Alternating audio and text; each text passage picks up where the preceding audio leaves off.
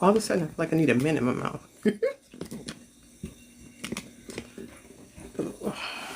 Oh. Hello, Megan. Hey, Sylvia. Sylvia, I just called you back. I did. I really did. Did you get my message? Because I called you back. Check your phone record. I want you to know that I did call back. Hey, Harold. So you can be like, she went on live and never called me back. I did. I really did. I have been busy. I got off of work. I worked out. I ate dinner. I recorded a podcast. I have been busy. And my hands are super dry. I got some little ambiance over there. I got my fountain going. I got my diffuser. I'm smelling the lavender. I'm feeling good. And I am off from work tomorrow because I have to be Uber's sister. My sister, hey Maurice. Maurice, I have been thinking about calling you all day. And I am going to leave you a message after this live. But I have been thinking about you all day. I wanted you to know that. Hey friend. Yes. So I am thank you. Before I go to bed tonight, I'm going to send you the message that has been in my head all day. Hey Carol. So I apologize for not sending that out earlier. But tomorrow I am off of work because I am going to be Uber's sister. My sister's having a small procedure tomorrow. And I am going to be Uber's sister. I was thinking about going to work like in the morning for a few hours. And I talked myself out of that very quickly because I'm not interested. So I am not doing that. But my plan is to wake up at my regular time and get some widowhood stuff done because I have a lot of things to do for this foundation that I've kind of fallen down on. And I need to do some writing in my book because I had taken a break on writing. The closer I got to the death anniversary of my husband, writing was just too much. But I'm going back to writing in the book, and my plan is to start doing that tomorrow. It is interesting how you do this and you plan on having everything ready and then things change. I wanted to play some music today. So I got a new tablet, and it's like you have technology and then when you get a different device, it just seems so different. So trying to find out where everything is on this one seems a little bit different. And there it is. Like just getting to YouTube. Hello, thank you for the heart me. Thank you so much. Hey Sylvia, did you go and check that I did call? Because I don't want you to say that I didn't call you, and I did. So I want, for the record, for you to know that I did try to call you back. I don't know what that is about. Okay. Hey Heather. So I'm gonna try to play some music. Tell me if it's too loud. Hey Martha, thanks for joining. Can you hear the music? I would never say that. I think you would. I think you really would. So one of the things that I would like to share before we get into the conversation, that there are people, because Widowhood Real Talk with Tina is a registered 501c3, there are people that donate things to the nonprofit. And my way of giving back to the community is for people that are subscribers. Okay, tag, I'm it. Okay, now it's on me. Is for me to be able to give gifts to the subscribers. Hey, Lisa. And so one of the things that we have this woman, Kathleen, Kiki Coast. She is a huge supporter. Thank you so much of the Widowhood. And she makes custom jewelry. And this is the month of March's subscriber giveaway. And it is this bracelet. And hey, Tabitha, this is a bracelet that Kiki Coast made and donated to the Widowhood. So this is a little bit about her custom made jewelry. She donated things to us for the our December event. And she just donates. And so my job is to give this back to the Widowhood. So if you're a subscriber, at the end of the last live in March, I will be giving this away to the subscriber. So this is one item for the month of March. And then the other item is something that was donated to us by Rachel Butterlove Style. And one of the things that we talk about in our community is mental health. And so this is a honeycomb, and she has it all jeweled up and all bedazzled. And it says, end the stigma of mental health awareness. And so I will be sending this out to whoever wins. We have like a wheel we'll spin, and then whoever wins will get the bracelet and the mug. And so you subscribe right up there where the star is. You select that. That helps me donate books to people. There are different events that we have for free. If you go to my bio and select widowhoodrealtalkwithtina.org, it will give you some more information what I do in addition to the lives that you see here, because Widowhood Real Talk with Tina is an entire 501c3 with board members. It's a nonprofit, and we're doing a lot of things to be able to help people. One of the things we're actually doing that I hope that everybody participates in, there's two things. One of my favorite things to see that we do on the internet is our Walk for Love. And the Walk for Love is the first full week in August. And as we get closer to that I'll start sharing more about that. And what we do, we ask everyone, if possible, to walk 1 mile a day, and to hashtag Walk for Love, hashtag your loved one's name, share stories. It's a pretty cool movement. It just allows you to exercise, because one of the things that I found in dealing with our grief is we don't always have a good care of our own health. So I'll let you know when that comes going. But the conversation tonight is talking about our identity and how it's shifted, impacted by our grief. And I want to read some information that I have here for you. And where am I? Oh, well, I printed it in big font because I was like, where are my reading glasses? So being a widow or widower presents significant emotional, practical, and financial challenges, including grief, loneliness, difficulty with daily tasks, potential financial strain, requiring substantial support and self-care strategies for navigating this difficult transition. Grief and loss, loneliness, isolation, depression, anxiety, identity changes. Widows and widowers may struggle with their identity and sense of self after losing their spouse, requiring them to redefine their roles and relationships, to say the least. And that's a nice little neat sentence. The rest of the things that they talk about: difficulty with everyday tasks, complicated grief, the financial strain, housing issues, legal and financial matters, and social isolation, along with vulnerability. When my late husband passed, my identity was just all up in the air.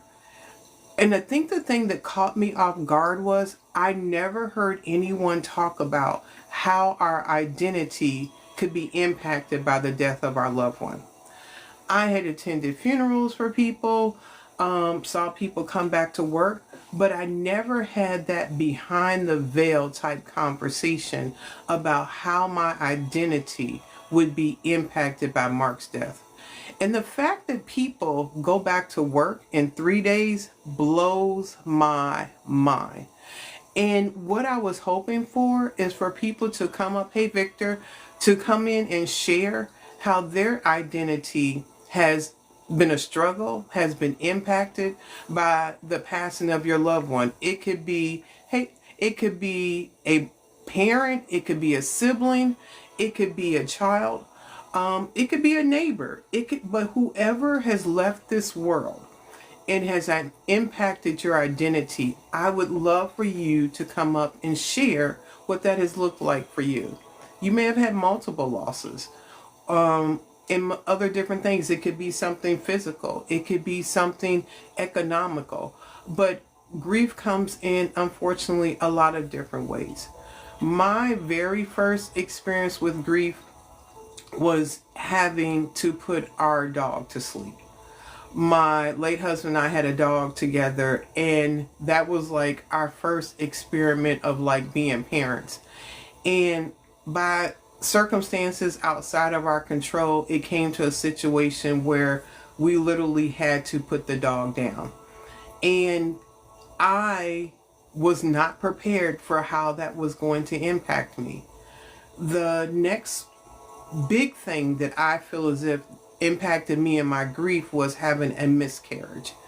And we had planned on being parents. I had come off the birth control pill, and we were super excited about being parents. And I had a little bit of spotting right around the time that was my regular menstrual.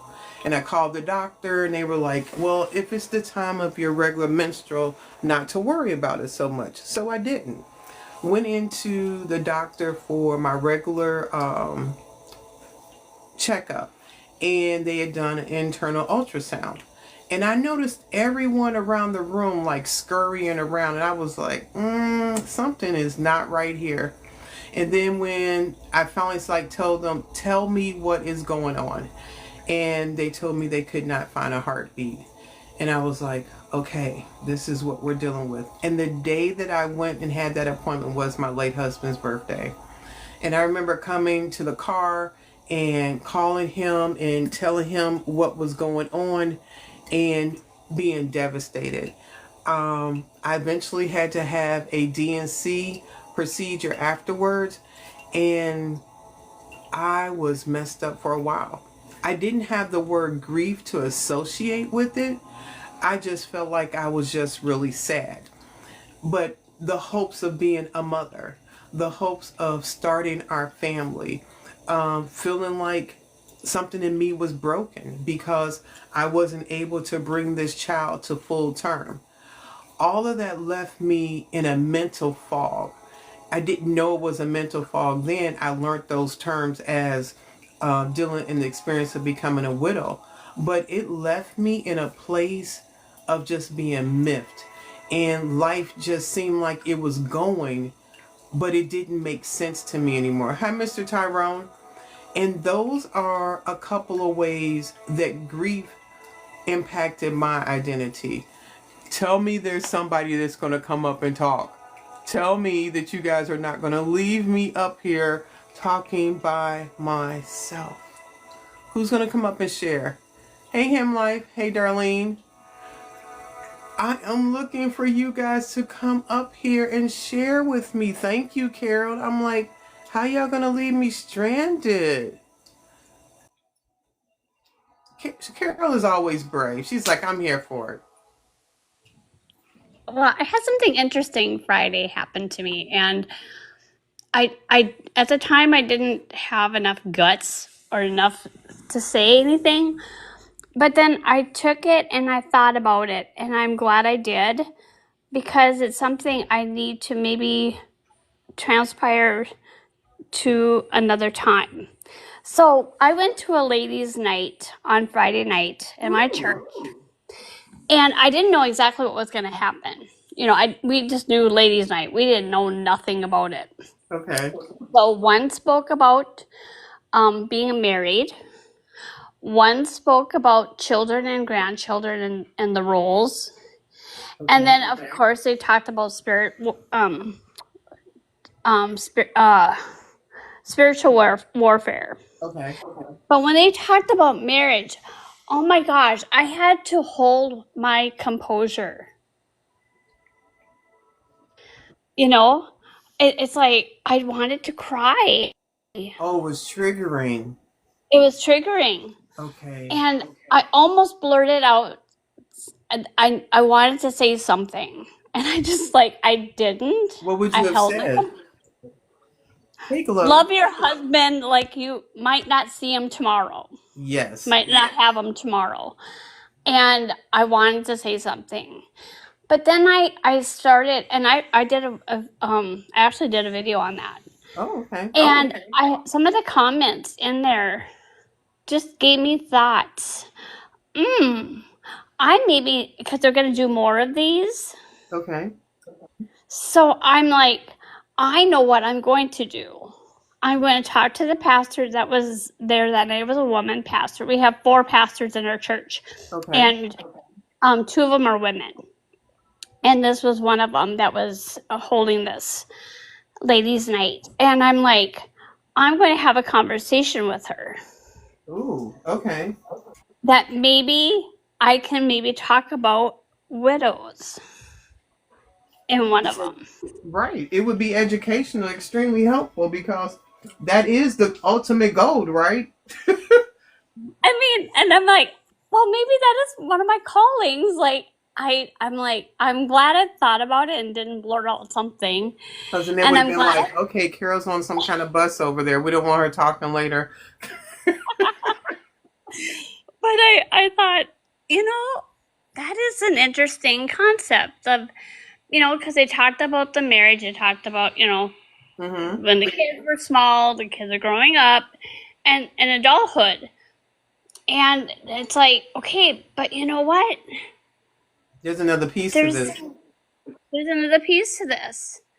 And so it's like, okay, I think I need to have a conversation with her and talk to her about it and see what happens. It transpires. So, yeah. How has grief impacted your identity? Oh, I've changed. I have changed so much. I, I feel like some days I have the ups and downs of a roller coaster.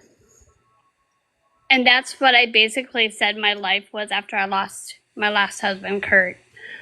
I Mm, felt like my life was a roller coaster. It had so many ups and downs and turns and twists, and I didn't know which way I was coming from or going to. okay. Um, but it's made me a stronger person. It's made me feel like, and I'm so glad I have God in my life because if somebody asked me that not too long ago, I said if I wouldn't have God in my life, I wouldn't be here. Let me read what Curtis wrote. What identity? I'm just a father. My life was intertwined with Steph as one person. And that is the conversation, Curtis. I remember getting up for the first year after Mark passed, getting up and just practicing saying Tina. Because I had said Tina and Mark for 32 years. I didn't know how to say, I'm going to do this. It was always we.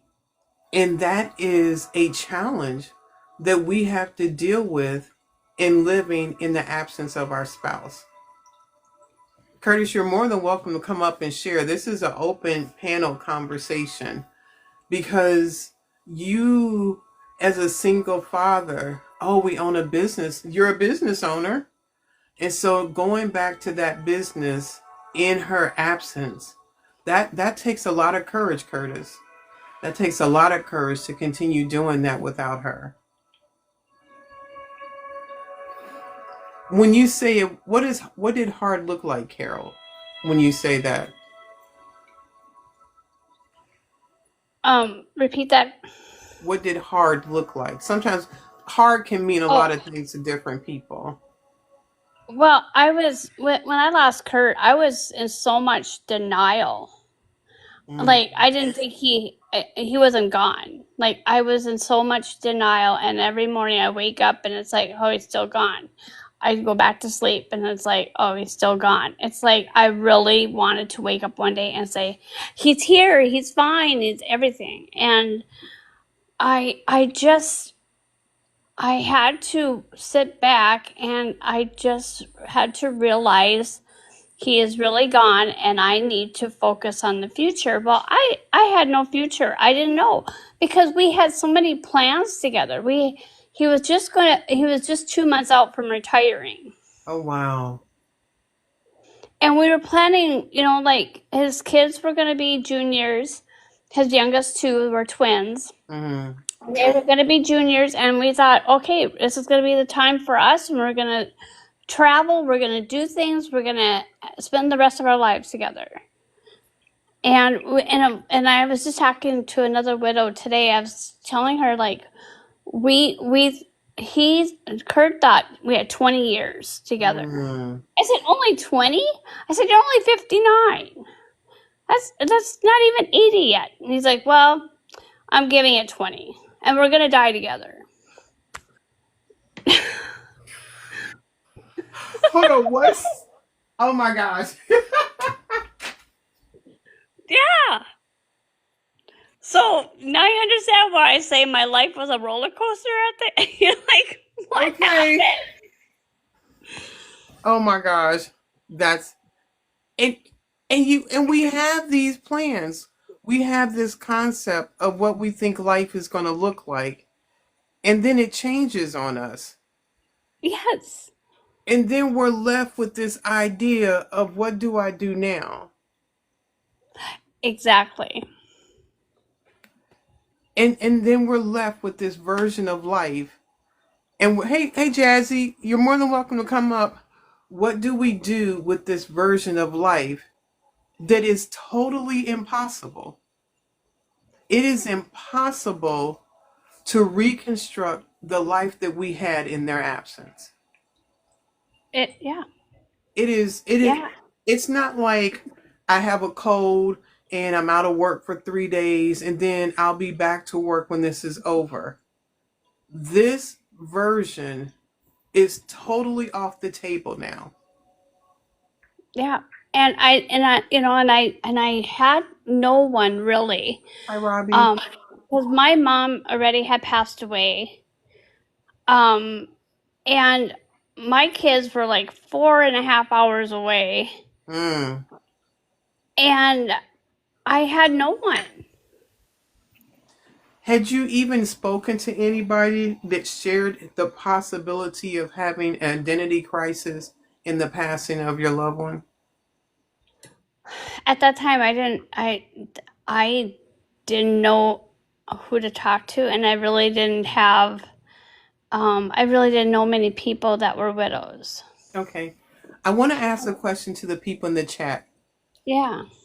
If you currently, right now, don't have anyone to talk to, hey Michelle, about your struggle of widowhood, if you would put an I in the chat. If you have people to talk to put a number 2 in the chat. So if you don't have anybody to talk to about your grief or the challenges impacting you, to put an I in the chat. Okay, if you have someone to talk to, thank you, to put a 2 in the chat.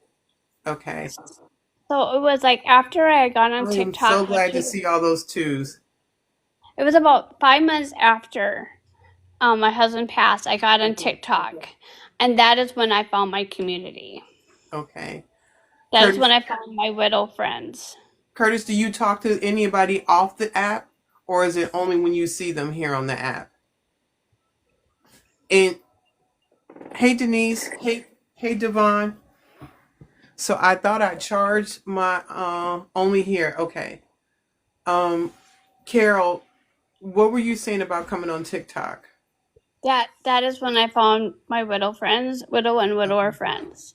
And that Wow. is when I found my community, and that is when it's like I found, oh, it was I couldn't believe all the widows. I couldn't believe the young ones. I couldn't believe it's like, oh my gosh, I found some friends, and that we Okay. know we had something to relate to each other. Okay. But So yeah, that is, yeah, in my own life, I don't know very many widows. okay, so in the in-person everyday life. Um Nope. okay, Jazzy, how, and I know this is a broad question for you because how does your grief impact your identity? Well, I mean, because I was a child when I lost my mom, like I already didn't have much of a self identity. My identity was centered around the adults in my life and like what they were telling me and like what I was supposed to learn from them. So as I've gotten older, if I'm being completely honest, I still am quite lost in some aspects, but it Okay. took a lot of work on my end to say, like, I may not have the mother figure that I needed growing up, but I Mm-hmm. kind of had to take that on as myself. So, like, whatever I would expect from someone else, I do it for myself. I don't know how to explain it in a way, but like, You're doing a good job. whatever I should have expected, like a mother figure to instill in me from like morals and values and ideas and like what I believe in, I kind of had to work extra hard to figure that out within myself because I didn't have that. Mm. And like sometimes that is very mentally and emotionally taxing because you are doing the work of two people when you really, at this age, I shouldn't have to do as much as I am to figure out who I am because I should have had that guidance growing up, but I didn't. So it's kind of like I'm a little lost, but I'm still figuring it out, and I feel like that's a common thing with literally everyone in life. It is. Are people coming into your life that are helping in that space that you need, you feel like? Most of it came from when I started being on TikTok. There are a lot of people that have come into my life that have not fully, but in a sense, taken that role and helped me in that way. And there's some people who came in my life and they did not have good intentions for wrong reasons. And I just kind of have to like filter that out and figure out who is really like doing it for the good intentions and who isn't. Okay, so you bring up something that I think is super important to consider, how vulnerable we are in our grief. And I think we're vulnerable in a way that outside of grief we wouldn't particularly be in. And I know for you that may be a little different because your mother passed when you were so young. But Carol and anybody else in the room, do you think since your loved one passed, you are more vulnerable in ways that you may have not been before when they were alive? If you feel like you're more vulnerable, to put an I in the chat. If you're not more vulnerable, to put a 2 in the chat, if you would. You know, I think I've been, I lost my dad when I was 11. Okay. And I really think that was my first Mm, experience. I mean, right. I mean, I lost my grandpa at 5, but when I lost my dad, who was my best friend, who was just um, the most um, inspiration of my life, Mm-hmm. and so when he passed away, I totally feel like that's when I lost who I was. Oh, okay. So you can identify with what Jazzy's talking about. Mhm. Hey, Ray. Oh, wow. Yeah. And I don't think I even know who I was up until probably even um and this is going to sound really crazy and corny, but after my late husband. But I often hear, thank you for sharing that. I often hear people say that sometimes the passing of someone else shifts us into a space that we have to dig into ourselves a way we hadn't before. And thank you for everybody that's coming in the room. Our conversation tonight is about how our identity has been impacted by the people we love. And it is an open conversation. Anyone is more than welcome to come up and share. Just let me know if you're, hey, Lady Mickey, that should be Minnie Mouse. That seems like to me, that's the first thing that came to my head. So if anybody, was it just me, Lady Mickey? It translated to Minnie Mouse like that quickly in my head. Like I saw myself Mickey Okay, I'm sorry. Let me pull myself back. But You Mickey messed up. Mouse, You messed here up we the are. rhythm of it. Huh? You messed up the rhythm of it. Mickey Mouse, Mickey Mouse. Da, da, da. Okay. Okay, you do it better, Jazzy. Go ahead. I'm sorry. No. I was saying the first time. You fixed it. It was booting up in my head. I had to remember the words. I was like, Mickey. Okay, I know. But but if anybody would like to come up and join the conversation, this was the goal for people to share how grief has impacted their identity, because I think it impacts us all. And being able to hear other people talk about it can maybe be helpful as we try to navigate it ourselves. I totally lost what I was thinking about when I saw Lady Mickey come in. I don't even know who was talking. Was it Carol? It was you. You were the one talking, and then you distracted yourself. Okay. Okay, so I'm gonna go down some things on this list. If for the people in here that are widows and widowers, did so if the answer is for you, you're going to use a Y, and if it was for your spouse, you'll put a S. Handle the finances in your household. Put a Y if it was you handled the finances, or S if it was your spouse that handled the finances. Okay. Okay. Oh, interesting. Okay. I handled the finances in our house. And I'll give you a story about that. So I had been handling the finances because I had the finance and accounting degree. And one day, Mark was like, all I get is this certain amount of money every week, and I don't know where the money goes, and it's really difficult. I said, sir, say less. So I let him handle the checkbook, the everything. And he was like, what's a debit card and what's the difference between a credit card? And I was like, you have been living very comfortable not having to be responsible for any of that. And I answered his question. Our dining room table turned into this huge mess. Receipts everywhere, bills everywhere. And I went, hey, Mama Boom, I went to go and purchase some groceries.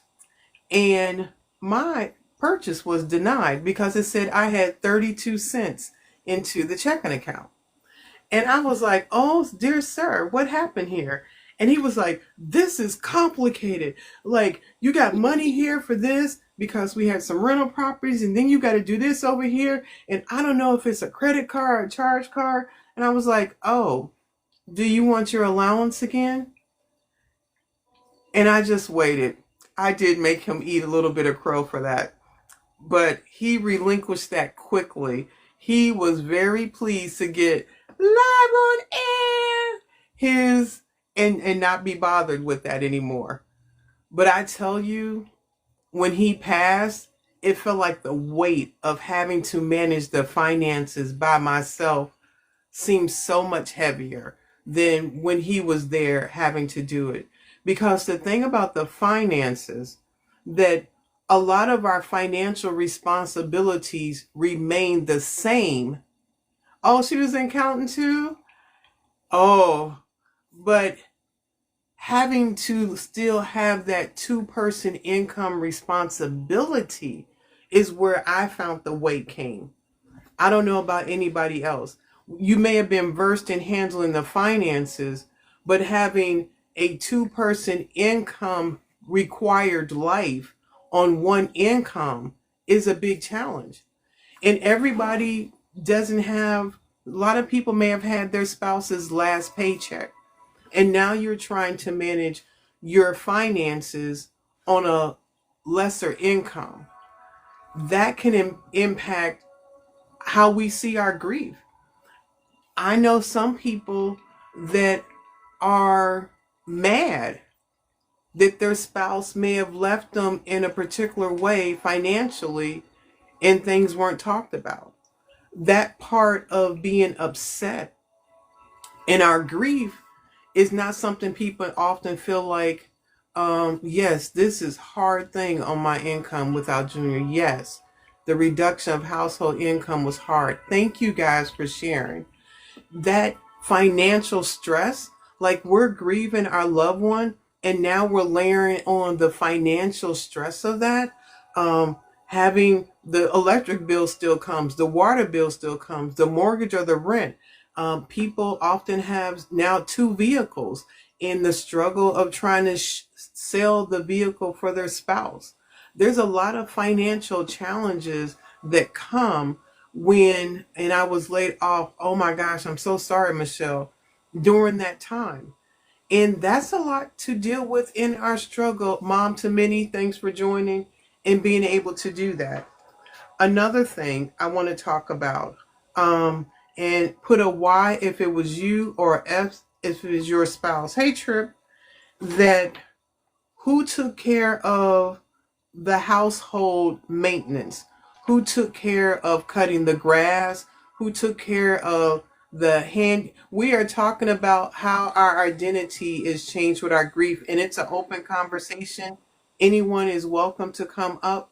It may have been, oh, what is F? KDH, what is F? So if it was your spouse, put an S. Oh, landscape company. Okay, Curtis, I need to live like you. Both of us. Okay, so outdoor things. What about oh, 50-50. Okay. What about things inside of the house? Who cooked dinner? Who cleaned up inside of the house? Who did all those inside chores and took out the trash? Was that you or your spouse? Um, both. Okay. A lot of things being done together. Okay. Thank you for sharing the live. And so, oh, Steph cooked. The challenge about that, I cleaned It's and just easier to cleaned. hop up in here. I'm keep asking people. But the challenge, even if you both did those, what does it look like when it's all resting on your shoulders to do in their absence? Oh, that's easy. My house is a mess now. Okay, I so feel so Trip, overwhelmed by cleaning. Like that was just something my wife was amazing at, like simplifying, getting down to like certain things and assigning tasks. mm-hmm. Like the other stuff, like the cooking and all that. I cooked. I did all the dishes. My wife never touched a dish while we were together. Oh wow. I took out the garbage, all that stuff. But then she also would clean the house and do all that stuff. So that's how Okay. like we divided it, you know? And so I'm gonna say for me, my house looked like hot garbage for a good year. I think it was the idea of me literally moving that made it not look like hot garbage. That would be the thing for me that did that. Yeah. Is there anyone that had a clean house during their most difficult grief moments? That's how my house looks. So you can put a D for dirty or C for clean. Honestly, unless cleaning was how you coped with your grief, I don't think any of us really did. No, Oh, no, I did oh not. no, somebody's got a clean house. Okay, D for dirty. Okay, okay, we got a mix here. D and C, D and C. Okay, I actually had a question, and this could go for all of you, but okay. it was what you had talked about earlier. You said going from like two incomes to one and having to Yes. take all that on. Like, obviously, I don't understand that, but like, how do you even go about that? Because I know that's such a like process to have to support a lifestyle that was once supported by two incomes and now it's one. That is, and so hold on. Thank you for that's a good question. Trip, Masonic Warrior said cleaning was her coping skill, so that is cool for you. I'll let anybody answer the question. So, how do we manage going from a two income lifestyle to a one income lifestyle? Anybody want to take that answer on? I mean, I could I add can. like 2 cents. Yeah, go ahead. Go first. Well, I was going to say I was unemployed. I was Ooh. unemployed and had been unemployed because I had retired 9 months later to stay with my mom. So my husband passes. He ain't coming back. I got insurance till the end of the month. Health You, insurance. you girls got to get health insurance. You girls got to get, she's got to support multiple mortgages, Yeah. Mm. other things that I was financing. And I, like you, Tina, I was pretty savvy with finances. So I sat down, looked at everything, and I went, I got to get a job.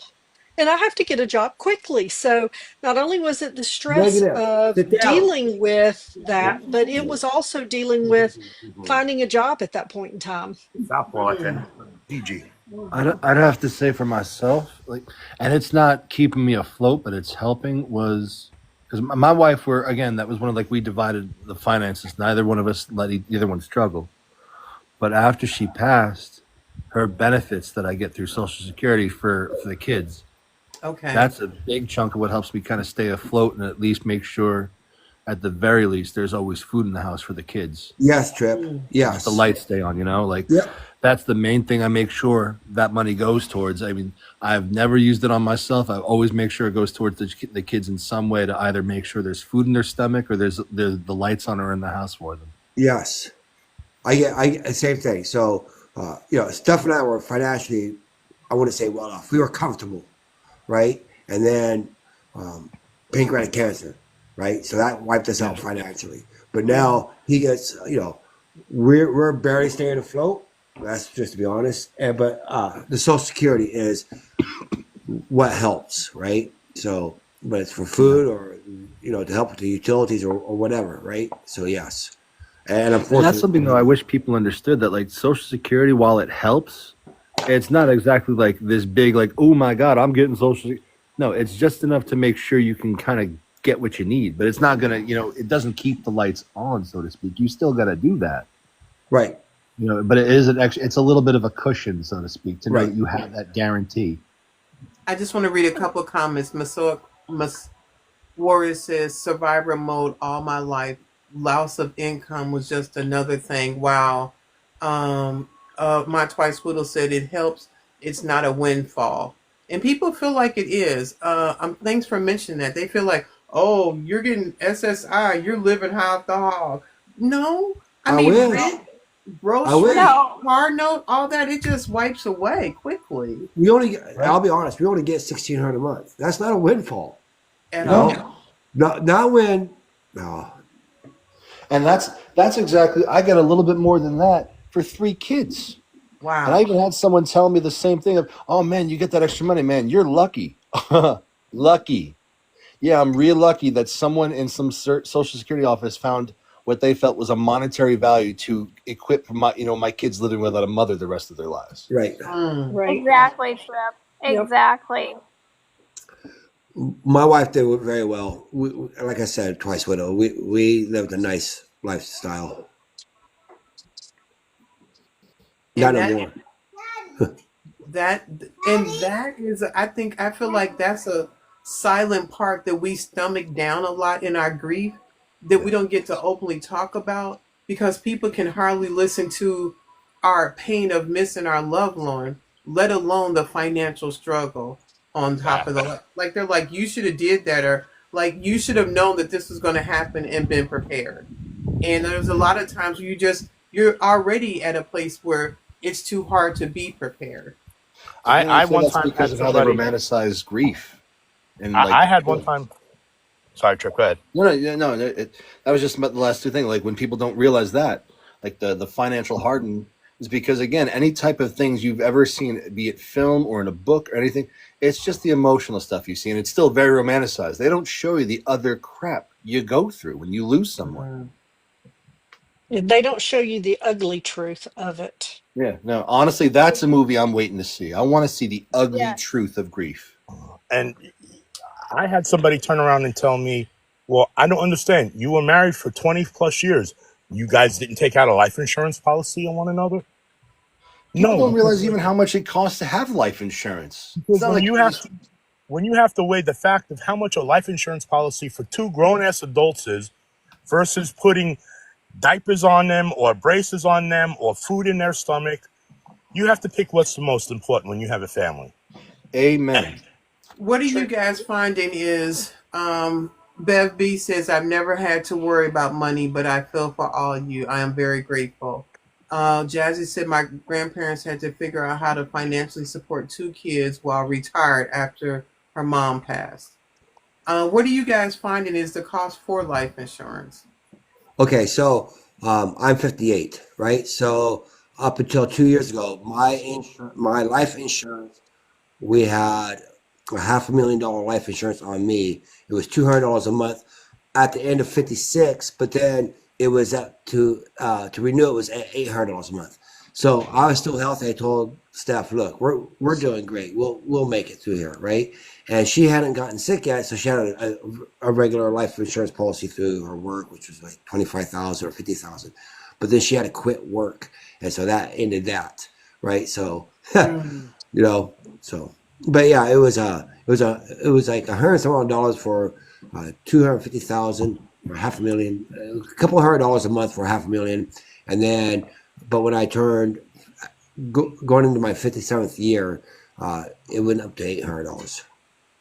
it has changed a lot. Well, thank you for sharing that, Curtis. When my late husband and I were like, I mean, we were in our 20s when we got life insurance. And it was through Erie, who we had our automobiles through, and it was $35.19 a month. That's what we paid I, for the life I insurance would agree with policy. that. When my wife and I got married, we looked into it because our daughter was about 6 years old. Um, our youngest daughter had not arrived yet, and we were both working. We looked into a life insurance policy for the both of us. At that time, I was 26 at that point. They wanted $197 a month just for me, $110 for my wife. That's a little over $300 a month in life insurance in the city of New York. That's a lot. Yeah, I know my mom. Okay, so when my first husband left me, my mom was like, okay, um, if something happens to Carol and her two kids, I can't bury them. I can't afford it. So she Mm, actually put life insurance policies on us and paid them up until she passed away. And then I took over. But I mean, she wasn't paying a whole lot, and it wasn't a whole, it's not a whole lot, but it was enough to bury us, you know? right. But at least we had that, you know, financial. Now, my last late husband had life insurance, and it was like 200,000. So it was a nice chunk to help get us through, bury him, you know, and help us get through that first year. But you know what? I will say, after losing my wife, I now have an insurance policy, and my twice widowed life is right. I have it through my company that I work with currently, and I'm paying a little under $100 a month for it. And I have $100,000 policy. That God forbid something happens to me, my daughters are taken care of, and Regina's Dude, taken care of. And that And is hard when it's through your employer because just like Curtis said, if something happens where you're not working, now it's tethered to that. And then that's even more complicated. yes. Can Yeah. I add something? I know a little bit about insurance. Actually was going to probably sell it at some point in time. And there's two different types of life insurance. You can get whole life, which has a lot of charges up front, and it is typically very expensive, or you can do what they call term life, which has let's say a 20-year, you can get it like 10-year, 20 years, you can even go even further. I'm kind of in the same boat Curtis was. I waited until I was over 50 before I had insurance, and I let that term policy time out, and I didn't get life insurance after that. I was paying about $250 a year before 50 for $250,000 and two riders of 10,000 for my kids. So when I turned 50, had I done it before I turned 50, I probably could, it would have gone up a little bit. but I didn't. So I wound up, I had to shop around and look for insurance. And I think I was paying like 90 something dollars for a $100,000 policy, and called an insurance agent my dad had. He said, call me and I'll, work up the rates.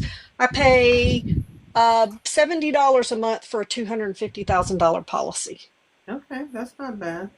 No. Can I share So something I'm sorry, go ahead. No, continue.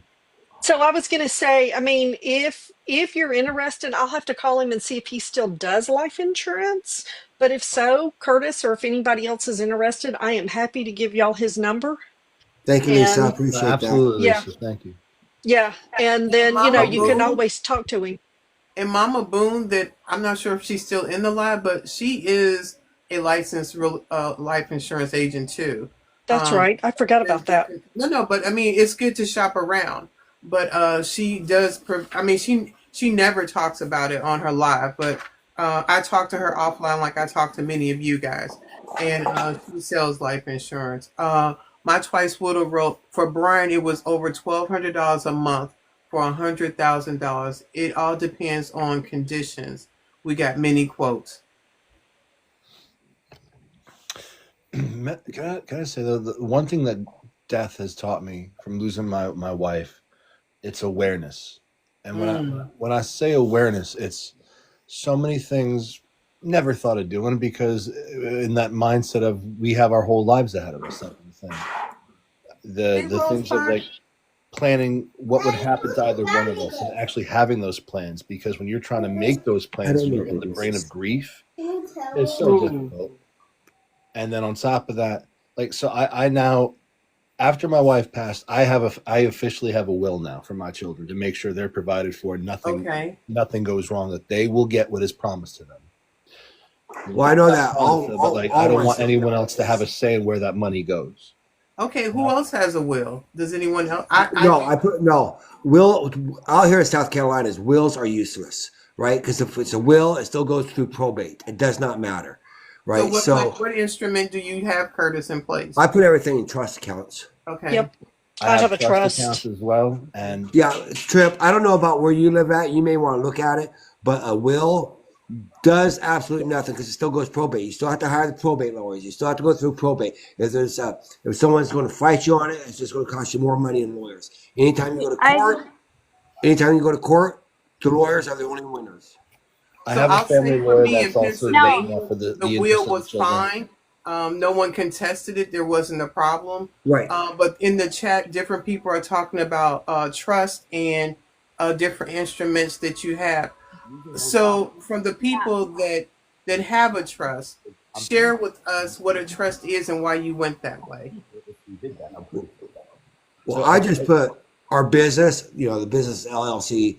I hired our attorney our family attorney that just put it all under a trust, which is basically the trust owns the trust, but I manage the trust.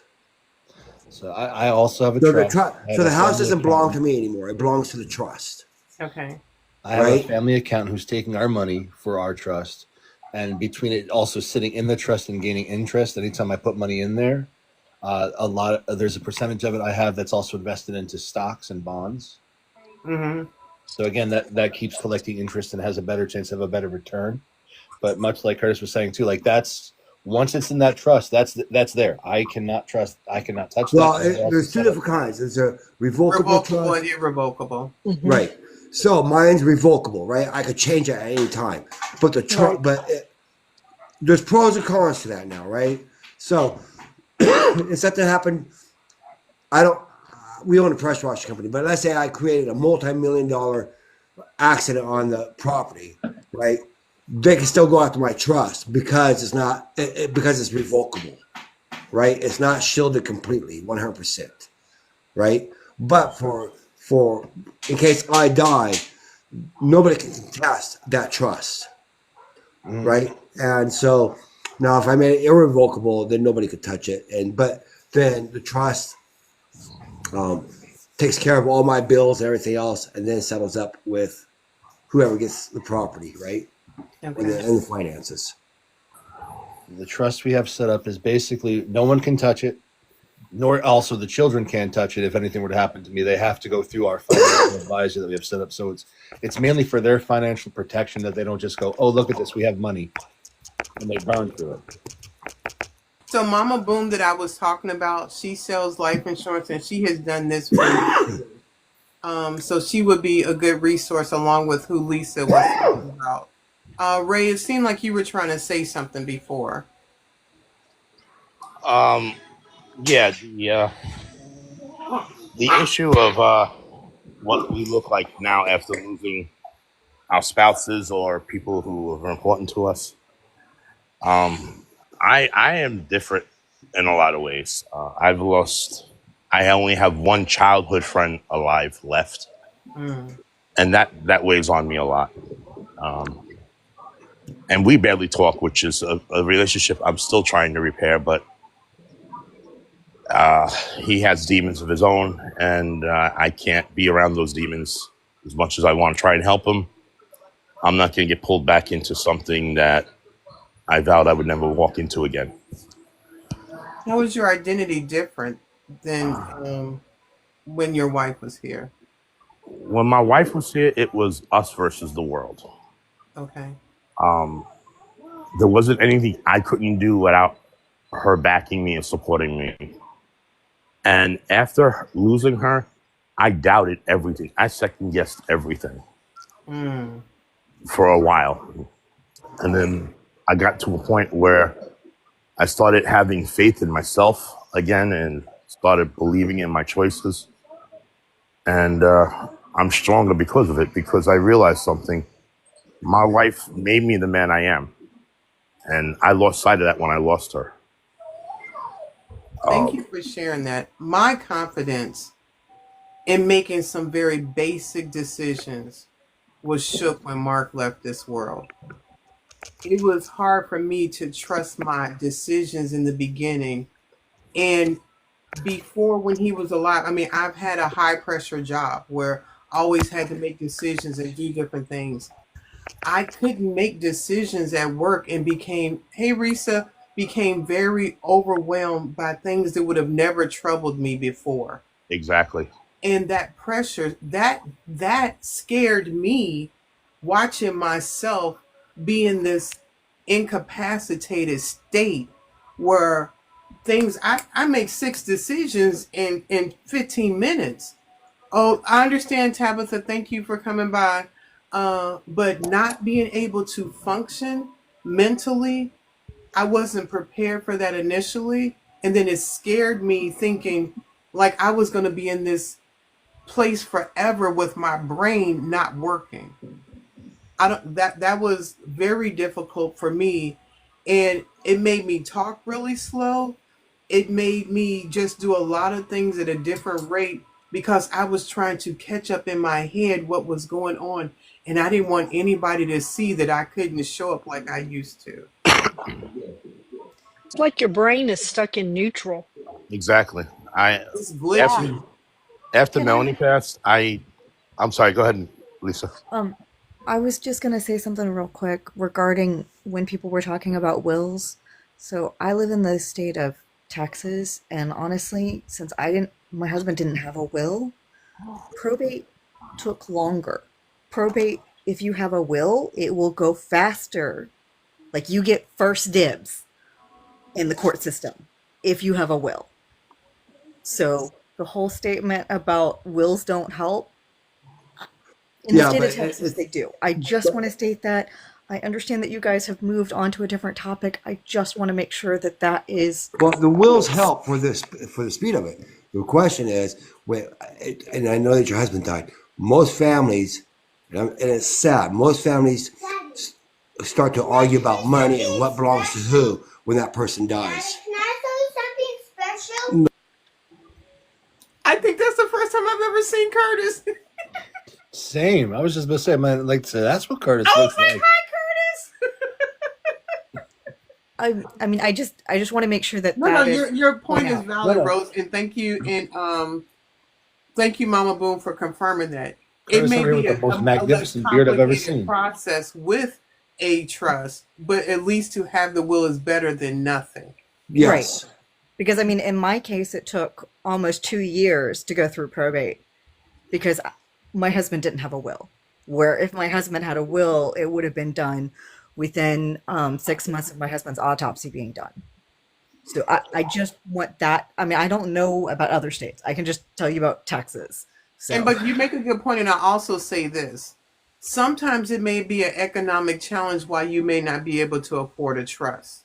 Yeah. Being able to have a will may be a less economic requirement to at least have something in place to designate who gets what, and that is already that person's desires that have been identified. Who just dropped? Jazzy. Oh, okay. So and a will can be complicated or it can be simplistic. There are a lot of different ways to do that, but yeah, I think the real important part is to have something in place that right. says who gets what. And Yeah. if you can at least have a will, that's step one. If you can get a trust, educate yourself on the different types of trust. And Right. that's the overarching message. Yeah, I Because didn't want to hijack. I just oh wanted no to no, make you're sure No, that we you're were fine. doing all. great. No, it's a good it's a good. We need to talk about this. It's a good topic. Because it's a reality. It is a Yeah. reality.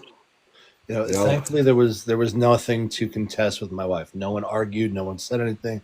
They let me just take everything. And And that was my situation. And I was low key wondering if like some of my in laws were gonna say something, but generally, well, I'll say this. What I have seen, if you and your spouse, this is your first marriage, it's generally less complicated. If you or your spouse have been married before and there are children from that previous relationship, you really want to have things buttoned up Right. because That the potential of complication exists even when you think everybody's all rosy dozy and you think it's not going to be oh, an issue. facts. With me exactly. going with the adoption with my oldest, with Katie. In order for me to adopt her, part of the things of the proceedings where I had to basically get any living relative she had their blessings, that they wouldn't step in, they wouldn't put their foot down and say, no, I want to, go in and be her guardian or whatever. And thankfully, so much thankfully, everyone that was from her actual family side, from her dad's side, not a single one of them, contested it. No Mhm. one challenged it. Everyone said, "You have my blessings," and they Mm. even they even they even became what's the word I'm looking for? Referrals for me. Oh, Gave me okay. good words, and put in how much I've since I've known her since she was 2, how I raised her. But Oh. again, it's one of those things. Even coming down to something as, and it's not simple, but as adopting someone in a family, you have to worry about who is going to be that greedy person. Yep. Right. And Yeah. My more than late anything, husband. more than possessions, I'm so thankful that I didn't have that when it came to her. Right. I got My late I got the husband and I best had. possession. Okay, You Curtis, did. we're all excited to see you because this was my first time. I feel like I'm like, nice to meet you, Curtis. I feel like Curtis needs a corncob pipe and like an old fashioned sailor's cap. Oh yeah, there you go. He looks like he's ready to There. yell at me Like because I didn't harpoon the whale properly. Hey, Kimmy. Like now, a fisherman's my cap. late husband and I had You're, just you're, made a you're will a muted, year prior. Curtis. You're muted. Yeah, we didn't hear anything you said, buddy. I was going to say, I've been thinking about it's me trying to run away from this grief, but I keep telling my oldest son, I just want to buy a sailboat and take this little boy and homeschool him on a sailboat and just go. It's Go the for it. runaway thought process, which is not going to happen, but Hey, Brandy, that sounds amazing. I'm not going to do it. But I have a I mean, 4-year-old. maybe for the summer or something. Yeah.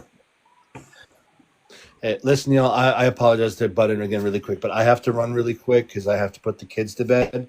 But I'll hop back into the live and request the box again, okay? Okay. So, thank you, Trip, for showing up. How has isolation and loneliness impacted your identity in this grief? Well, I'd like to finish what I was trying to say earlier. Oh, When uh, again, when losing Melanie, I lost half of my identity because I didn't know who I was, mm, and I second guessed everything from what I was wearing to what route I was going to take to go to work, or when I was at work, I couldn't function properly either because decisions I would normally make in a split second, I had difficulty making. right. When I left New York and I went to Florida, I took myself out of those equations and I was able to think a little bit better. And Oh, I was able to, I hate to say run away from that portion of my life, but I needed to get away from that. And that's how I started slowly but surely stop second guessing myself and started thinking what's best for me now. Because half my life it was, oh, that's Melanie's husband, Ray, oh, or that's Kristen and Jackie's dad. Those were my only two identities. Me as a person didn't exist anymore because I assumed the responsibility of being a husband, being a father. And yeah, I had amateur radio. That was my little side hobby. I was thinking that. And then, but one thing was always true, even to today, is I'm the type of person where if I tell you I got your back, I got your back. There is no Okay. questions asked about that. If you call me and say, "Hey, I got a problem. I need some ears to listen to," I'm that person. I've always been the fixer in my family and in my dynamic with my friends. I've always been the one they'd come to when they, needed how to think of how to think about something from a fresh perspective, Okay. or hey, how do I fix this, or hey, I have a problem with the radio. Okay, I may not know the radio. What's the radio? Let's go take a look. We'll look it up. We'll go through it together, and boom, we fix it. But that's always been my dynamic, and that started with my family. My wife would have a problem at work. She would come home and talk to me about it. I would I would try to fix it without interfering, but sometimes as a husband you have to interfere. And I just chose to do it in a different manner other than, brute force. A man gets disrespectful to my wife, any self-respecting husband is going to want to break this person in half. So yeah, I've interfered with a couple of things here and there. Do you She never. think since Melanie not being here that your sense for violence is heightened, or your anxiety in dealing with stress like that, or is it the same? No, it's higher. My anxiety is higher. I get stressed out a lot easier on certain things. Okay, hold on for 1 second, Curtis. How has your identity changed? I know you have to go before if you would have the ability to answer. I don't know if I. It feels like I don't have one. That's fair. The lack of any identity at all, and just feeling where do I go now? I can Yep. relate to that. Feels like I don't have one.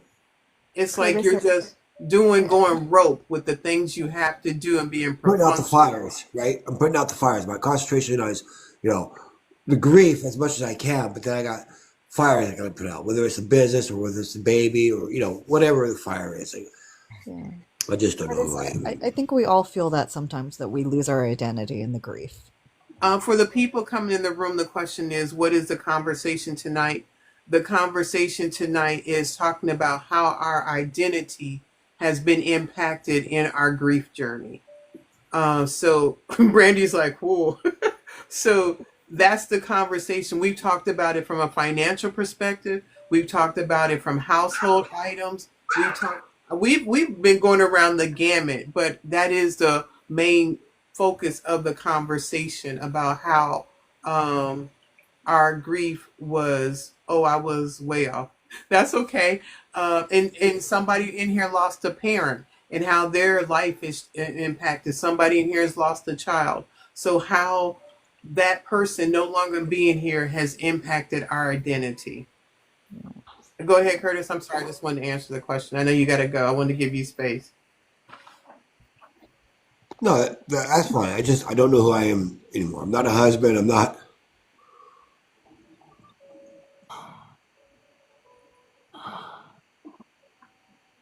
And I can Just say don't know. for me, that space of numbness, identity, and everything felt so hollow.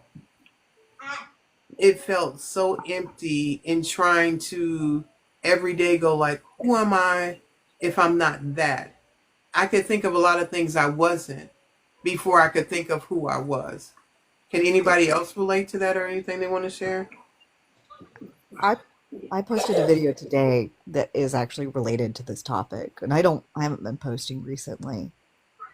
The video I posted was asking the question on for people who are widow or widowers who are still raising kids. Mm. When you are dealing with a topic that you and your spouse had a disagreement about, how do you parent? How do you deal with that? Because, like, for mine, it has to do with cell phones. And so my husband, I think my eldest was actually like kind of wearing him down that he could get a cell phone, and I'm still like, nope, you don't get a cell phone yet. But it's one of those topics where it's like, where do you, how do you parent when You you're a got to be late good cop person? and bad cop. Like, you don't get to be one of them. You have to be them Right. both now. Yes. Brandy has something to want to share. So when you talk about cell phones, I was always the parent that said no cell phone. You're too young. You only go where I go. There's no place that you leave that I'm not there, or there's an adult there that has a cell phone.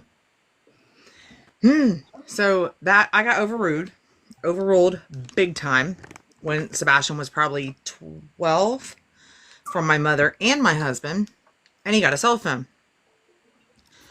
We'll just go long story short, he got himself in trouble on that cell phone. He is now 17. Now that he is 17 and it's just me, he don't have a cell phone. Because the reality to it is, I did not want him being able to get on the internet. I did not want him pulling things up that he had no business pulling up, which happened. And so at the age, God, what was it? He broke his first cell phone, which I knew that wasn't going to take long. So then I turned around and got him, I compromised with him. I said, look, this is what you guys want. Okay, let's do a happy medium, a gizmo watch. The gizmo watch does not get on the open internet. I control who he goes to or who he can call, who he cannot. I control how long that phone is on, how long that phone is off, but I can also track him and where he goes. So there was a lot of perks to that one. At the same time, keeping it to where, you're not sitting and playing games on your cell phone. You're not staring at your cell phone. You're not getting into things that I don't know what you're getting into. So we took care of that. Well, now that he's older, and cell phones are very much more needed, but because of his mentality, having special needs and all the other stuff that goes with it, Good night, Curtis. he still is not responsible enough to have a cell phone. Yeah. And I got him a gizmo watch. Well, it's too tiny. I can't text on that. I can't call on that. So it miraculously came up missing. I miraculously lost my cool. So I got a, I'm going to call it a gremlin. It's a bop, Echo Bop. And, cause if I say it, she's gonna go, may I help you? I'm sorry. I didn't understand that. Mm. But that beloved little thing allows him to be able to call my mom, call me, message me, and there's no internet on it. Like there's no screen. Hee hee. I don't have to worry about inappropriate things being pulled up to where they don't need to be pulled up. And nobody can call him unless I say it's okay. Silver Fox, a conversation about how our identity is impacted by our grief. Um, it, okay. Anybody else with the cell phone issue or challenge or parenting in their Yeah, love with what that looks for like? yeah, I mean, I'm for sorry. my kids, they both have ADHD. That's the biggest reason why I'm hesitant to get them. Well, my eldest is 12, but the one thing I can tell you is that my eldest has my cell phone number memorized, and we're working on him having my his Yep. grandfather's number memorized. Yep. And yes, I will. All of his friends have cell phones, and they text me. He will grab their phone. Can I text my mom? And he'll do that. Can I play devil's advocate to Go something? for it. Brandy, Mm-hmm. there are ways of getting him a cell phone that will provide him with a texting opportunity and a phone call opportunity without internet at all, including Wi-Fi. They're Are called we? flip. No, sir. I did that. I did that. I did that. I even got the kind that you have to go month by month and pay. One of those. Oh, I call it a burner phone. Um. Yeah. No. No, no, no, no, no. It's eligible to get on there. It just takes a little slower, and you see this little thing go neat, neat, neat, neat, neat, neat, like kind of back in our day when you heard the dial tone. thank But Not yeah, if you. you not if you block it and tell them no internet. You uh, have to call them and tell them that, and you have to give them set up a I did. password. I think it all kind of depends on the kid, and it sounds like her kid is one that has enough imagination to work around the problems. This is a kid that can teach me how to use electronics that I should be able to know how to work inside and out. And this little snot can take it apart, put it back together, and say, "Hey, mom, I got to run it faster." That's me. I don't need you to make it run faster. I need you to leave it alone. Well, I at need least you you to can take your stop. washing machine apart and fix it, and where it dries your clothes and washes and dries your clothes. Yeah, but Brandy, this he kid has would a make it future in wash clothes, dry clothes, look up pornography. Like I don't know. IT. Just I mean, good God, spin cycle would have a whole new meaning. Trust me. Oh no! The reason I mentioned that is my wife had a washing machine and it broke, and I took it apart and fixed it after she said not to do it. She went to work, and I was home bored, and I said, "Well, I'm going to take it apart and fix it for her." Yeah. So I fixed it so good that it not only washed the clothes, it dried the clothes, and that worked for about Good maybe God. 3 days. Ha! And then Overloaded it. on the third day, she was doing a load of laundry, and well, the laundry and the water just went all over the kitchen, and I got yelled at. I So could. the week that Mark passed, he was living in Virginia because that's where I'm at now. We were in the process of moving. The washing machine had broken. I was spending countless hours on the phone with him trying to tell me how to fix the washing machine because the handy girl I have not been. And I wanted to show him I could do this. I found a YouTube video, did all of that. That man left this world and I called a repairman. I was like, you know what I'm not going to do? Spend any more time on this. I got a new washing machine because it was just, hey, Ness, it was over. Because I remember coming home and looking at that and thinking, I can really give a bleep about that washing machine now. But we were spending so much time trying to resolve that. How has grief impacted your housing situation? And that could be finding a house, living alone, however you want to answer to that. Sleeping in your same bed, sleeping in a different room. But overarching, how has grief impacted maybe your sleep or your housing situation? Well, I don't sleep very well to begin with. Um, so yeah, even though I'm in the chapter 2 of my life, um, between my work and my sleeping pattern, I sleep on average about 4.5, 5 hours a day if best. Would you agree? And Ness says, what is that? And I'm glad you mentioned that, Ray. Chapter 2 doesn't solve the grief issue. Those are two different things. And I'm glad you mentioned that because some people feel like, well, you're with somebody else. Everything should be perfect and fine. Maybe Jazzy has a godmother or somebody else that's sitting there. So all the other stuff should be fine. Jazzy, how does your grief impact your sleep? So, when my mom was alive and I would stay with her, she slept on, what's it called? The right side of the bed. I slept on the left side of the bed. Still to this day, I cannot sleep on the right side of the bed because it just don't feel right. Still to this day. And if anything goes on the side of the bed, it is the pillow peg, and that is all. Nobody touches that side of my bed. Okay. And it's like my brain just told me like that's her spot no matter what, even if she can't be here physically, that is her spot and that will forever be her spot. So good luck to whoever ends up with me in the future, because I can promise you we're gonna fight about that. Honey, you could do what I do. So I always slept on the left side closest to the door. Well, if you're facing the bed, I was on the right, he was on the left. Yeah, I'm in that I don't know. I'm in that stage where I have sleepovers still. Or starting to have sleepovers. And yeah, when I do, I sleep on that side of the bed. I can't roll over to have a man on that side.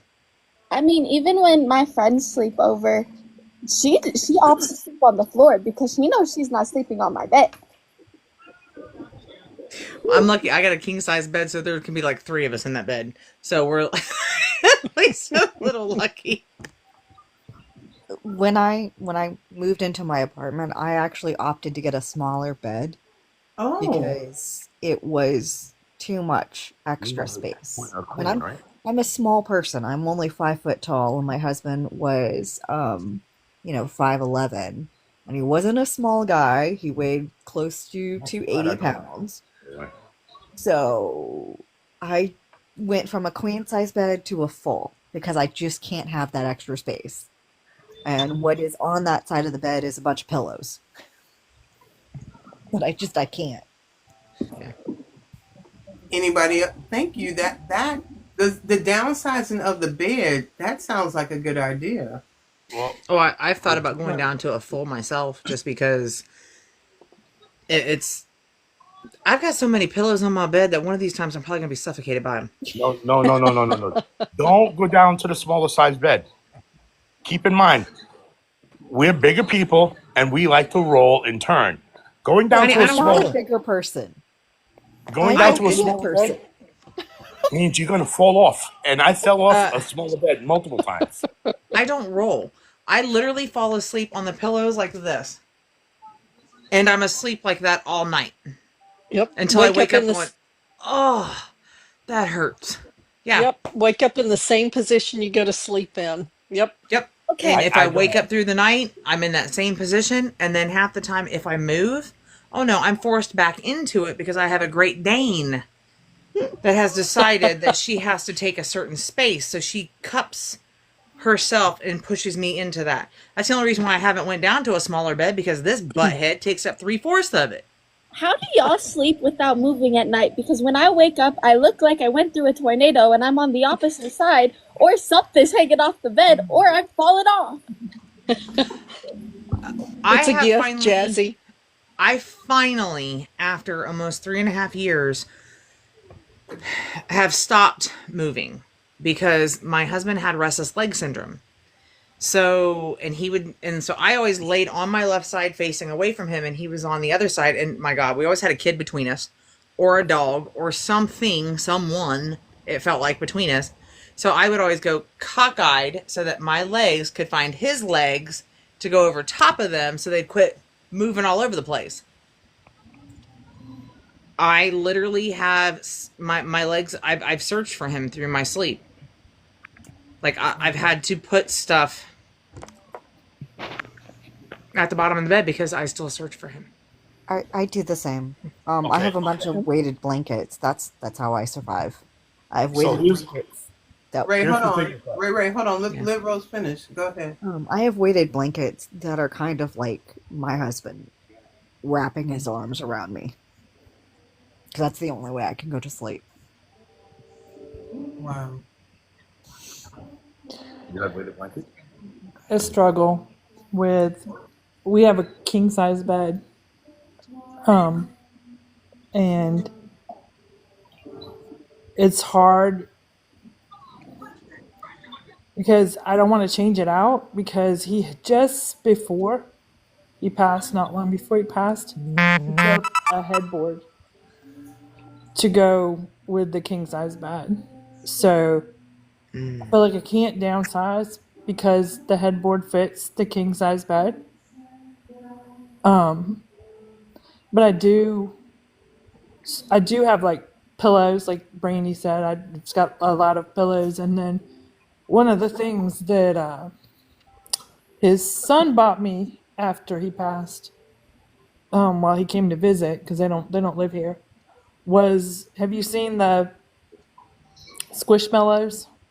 Yeah, Okay, I have a ton of them. this one's huge. Like I don't know if it's their biggest one or not, but and it's a bear, which my husband was my teddy bear. Oh. So this and they're weighted, so they literally feels like he's almost like there's somebody up beside you, like a beanbag in a way, So Yeah. you have that weight beside you. But there are nights I struggle because he was my safe space. I had a very toxic first marriage, and my late husband was my safe space. And when we would go to bed at night, he always would hold my hand. And I feel myself still, 2.5 years later, reaching over, wanting to feel that hand. But I also just feel like I can't get rid of the bed, you know, with the headboard and all. It's part of him, and it's just I can't do it. So I've gotten more and more comfortable sleeping in there, and I think having the weight, like you say, of the pillows and the squishmallow beside you, kind of feeling like you have a body. I mean, that's not certainly not the same, but and he was not a little man by any means. He was kind of fluffy. I used to call him my human squishmallow, but it helps. Certainly would much rather have him there snoring or hearing his CPAP, but it helps. Oh. Ray, It's you. amazing the stuff that we miss. Yeah, Thank you, just Yes, Michelle. that little thing. exactly. Ray, what did you want to Yes. say before? Okay, so Regina sleeps on her husband's side of the bed, which happens to be the left side. That's the very side that I slept on when I was married to Melanie. I slept on the left, she slept on the right. And so I find myself, when we sleep together in that bed, I find myself rotating towards that side of the bed naturally. And she's there. And I try to make myself comfortable by laying on my left side to lay alongside of her, or whatever you want to call it. But I can't get comfortable on this side. I can only do that on my right side. Don't know why, but so it's difficult for that one thing. And her bed is so unfreaking comfortable, mud on, and she's got these air mattresses where you can a sleep number bed they call it. Okay. And no matter what number I set that damn thing on, I just can't find that right spot. and she sleeps down like at zero. I swear to God, because when you're in the middle of the bed, if you just move a hair to the left, you sink. It's like boom, you drop down. It's hysterical. Um, and I like sleeping with multiple pillows. However, I always end up with one pillow. I always end up with one pillow. Sorry, Ray. I just read the. Yeah, Yeah, I'm laughing at Rose Potts' message. Sorry. Yeah. I'm not going to comment, okay? Because I couldn't type in this and do it. this one gives me a run for my money, okay? Oh my gosh, Kate Bird, you have a second date on Friday. Yay. Congratulations. Good luck. And I can't talk shit because this one gives me a run for my money when it comes to farting. So don't judge me, but I am in the same situation Michelle was in. The bedroom set that Mark and I purchased, he picked it out and surprised me. And he's a widow too. Oh wow. And it's a really nice bed set. And I could not get myself to get rid of it. I could not. So it is the same bed set that I have now with my current husband. Yeah. And when Mark passed, I was sleeping on his side because it was easier to look at the empty space where I was than it was.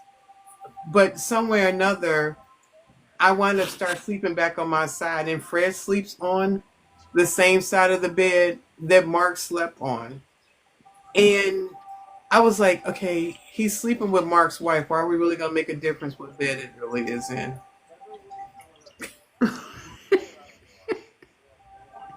I was like, listen, I mean, the big picture here.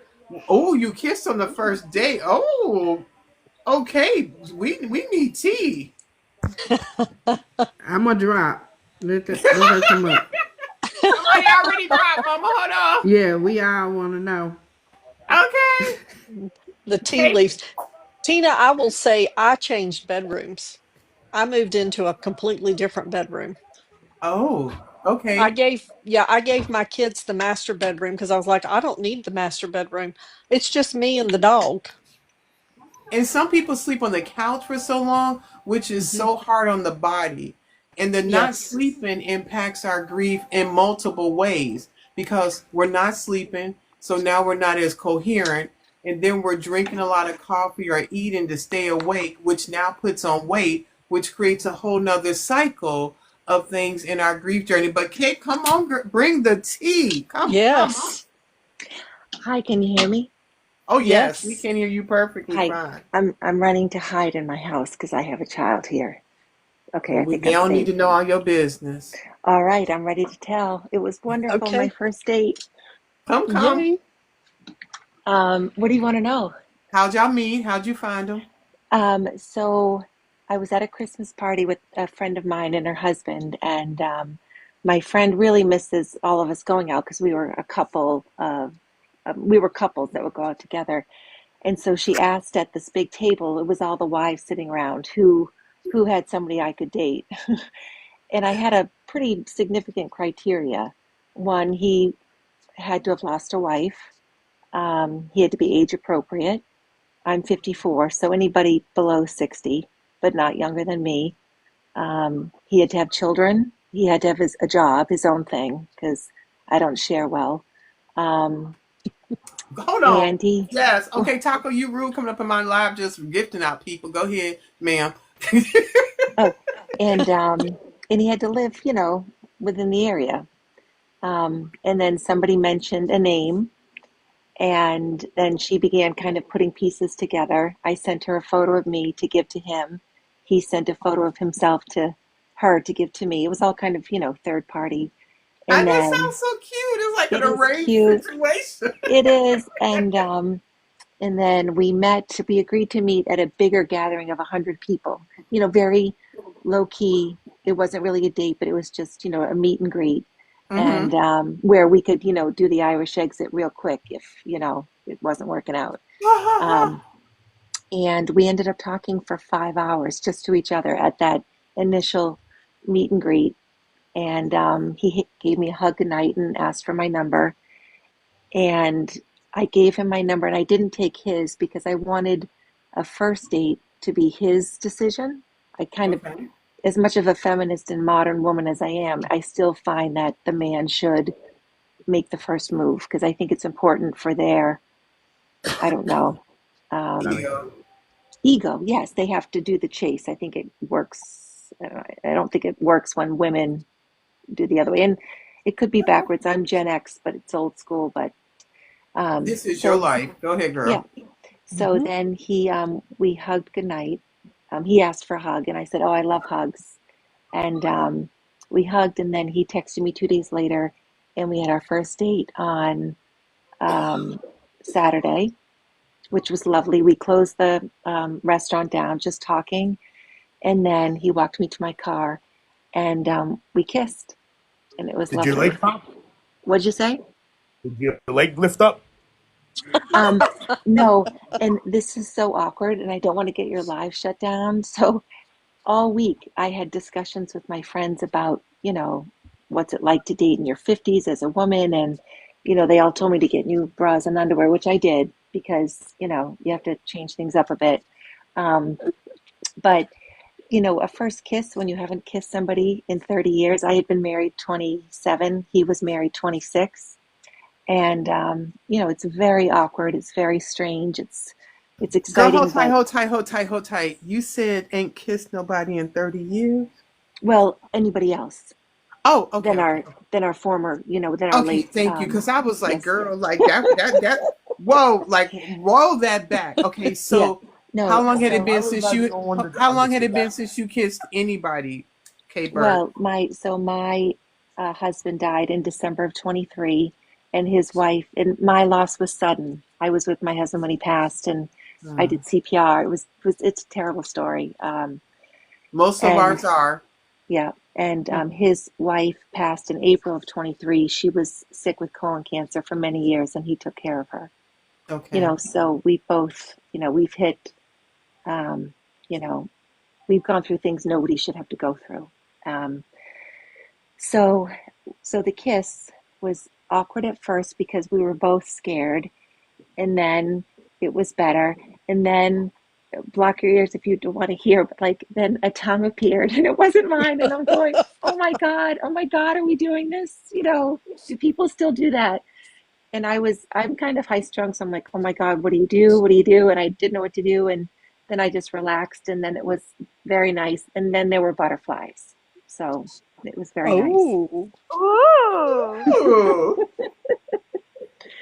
So now there's a date number 2 this Friday. Did you ever think this is something that would have come your way? Well, it's something that I never thought I wanted. I'm only 13 months out, and the first year is just a blur. And but I am, you know, I'm open to. I told him what I wanted, which was I don't want to be married again. I don't think, at least not now. Mm-hmm. But I want to find joy again, and what I really want is just something to look forward to. That's it. It's pretty simple. I'm glad you know what you want Yeah. right now. And the idea that you said right now, and 13 months, girl, I think you good. yeah. You're moving in a Yes. time that's right for you. Hmm. And oh, thank you, Taco, for a gift. And Thank you. I'm excited for you for just whatever it becomes. It's the exciting part of knowing that we're open to having someone else in our presence. I think that's the biggest thing. Hmm. Thank you for sharing with us. Sure. And just one last thing, this could all disappear tomorrow or in a week or a month, and that's fine. I've made peace internally with being alone forever if that's what happens, and I'm okay with that. I'm okay with being alone. I'm enjoying, freedoms that I didn't have before. And I had a great Mm, marriage, but it's different, but I'm enjoying it and for sure. connecting with friends. And I have 4 young adult children. So I've made a lot of peace with that, and I'm financially okay. So I don't need anything, but I want something. And that's the big difference. And again, Yes. it could end in a week or two, and that's okay. We learn from this. It was if this is just a short thing, then that's all it is. But I did the first step, so I know if I ever do it again, it'll be a little bit different the next time. But I've done it, and I have more confidence from doing it. And I can relate to you in regards to that. I was ready to share my life with someone. Ray, are you falling asleep? Because some eyes is going, bro. That it was not, hey, Lisa, you want to come up? It wasn't, I was okay economically. I was okay mentally, but I wanted to share my life with somebody. Hey, Karen. And that took the pressure off, was not having to find somebody, not having to do something, but having the ability to be able to just be open to somebody else being there. Say hi, Apollo. Hello. Hello. He like, Hello. Aw. he was like, you've been up in this room a long time. What you doing, He had to mama? he had to check on you, Tina. Literally. Can I ask a question of the male on the panel? Oh, he would love you to. Okay. And if it's inappropriate, let me know. But what is the expectation for the next step physically Oh. with a man? Well, that's solely up. Well, if he's a genuine man, he will want to take it slow. His intentions are what they're meant to be, which is getting to know you and forming a relationship. Then he'll take it slow, and that's something that you guys need to talk together too. Is is this the beginning of a relationship, or is this something that's just passing through the night? You both need to be on the same page for that. How do you So, tell the so, difference? ooh. Conversation. Conversation is a strong word. Conversation. And not It's only not. conversations, but direct wording, Yep. not thinking somebody means what they say. At this age, we have the vocabulary to articulate what we really want. We're not in our teens where Mm. I think he likes me or I think he wants to do this and that. It should be articulated very clearly from a man at this age what they're really looking for, expecting. And the people that are speaking in have been in a relationship since their spouse has passed. And I am 58, so I'm more in the age like we should have adult words. You should be able to And talk about it. Hmm. I'll be honest with you. Um, Me getting into the relationship that I'm with Julian right now, I knew what I wanted ahead of time, and I wasn't going to settle for anything less, and I wasn't going to go just sleep with somebody just to for that one night fix or that one feeling fix. And I'm not knocking that widow fire, but the widow fire is real. Um, and I can't say anymore because Brandy is the one who would have to take over that portion of the comment of the conversation. Oh, As a man's brother. point of view, Is so there's the widow fire, but is there a widowed fire as well? Yes. Oh, widower. You're Yeah. asking for the I'm widower sorry. fire. Yes, Yes. widower. Yes. So the reality to it is, for the widow or widower, all that is, it's not necessarily about, ooh, hey, I want to go get an itch scratched kind of thing. Basically, what it boils down to is the fact that you are craving holding, touching, kissing, that occasional slap on the butt when you're walking past, whether it's male or Hmm. female. And it does become intimate, and thinking that that is exactly what you want. But in reality, all you're getting is the um, well, as Karen and I said before, or as Karen has pointed out very well, dopamines, because you're getting those dopamines that your brain needs in order to take away your 5 minutes of grief, to take away that 5 minutes of whatever, or if you're lucky, an hour, to, you know, get those mentalities like balanced just a little bit. Foreplay should build up that it should create an hour. I'm just saying. Yeah. I'm, yeah, okay. You say what you say. But it's one of those things where, when I sit here and I say, you know, I don't know if we've met or not on any other panel. I don't think so, because I haven't really been up here much. But I'm pretty much the poster child of what not to do through a lot of the widow fire issues and where I was at on a lot of stuff. Because, well, let's just say I tripled my body count, which is not a whole lot compared to what I didn't hit no hundreds. I bet I did hit a couple handfuls. So there is that. But the reality to it is, yeah. We'll Karen, just say come on up and have a conversation. I went from 8 to 30 something. So, you know, it In went a there. span of how long? So my husband passed in October of 21.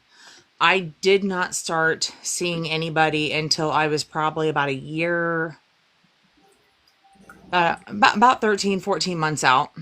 Okay, Is same when I with started. me. Is when I started seeing somebody.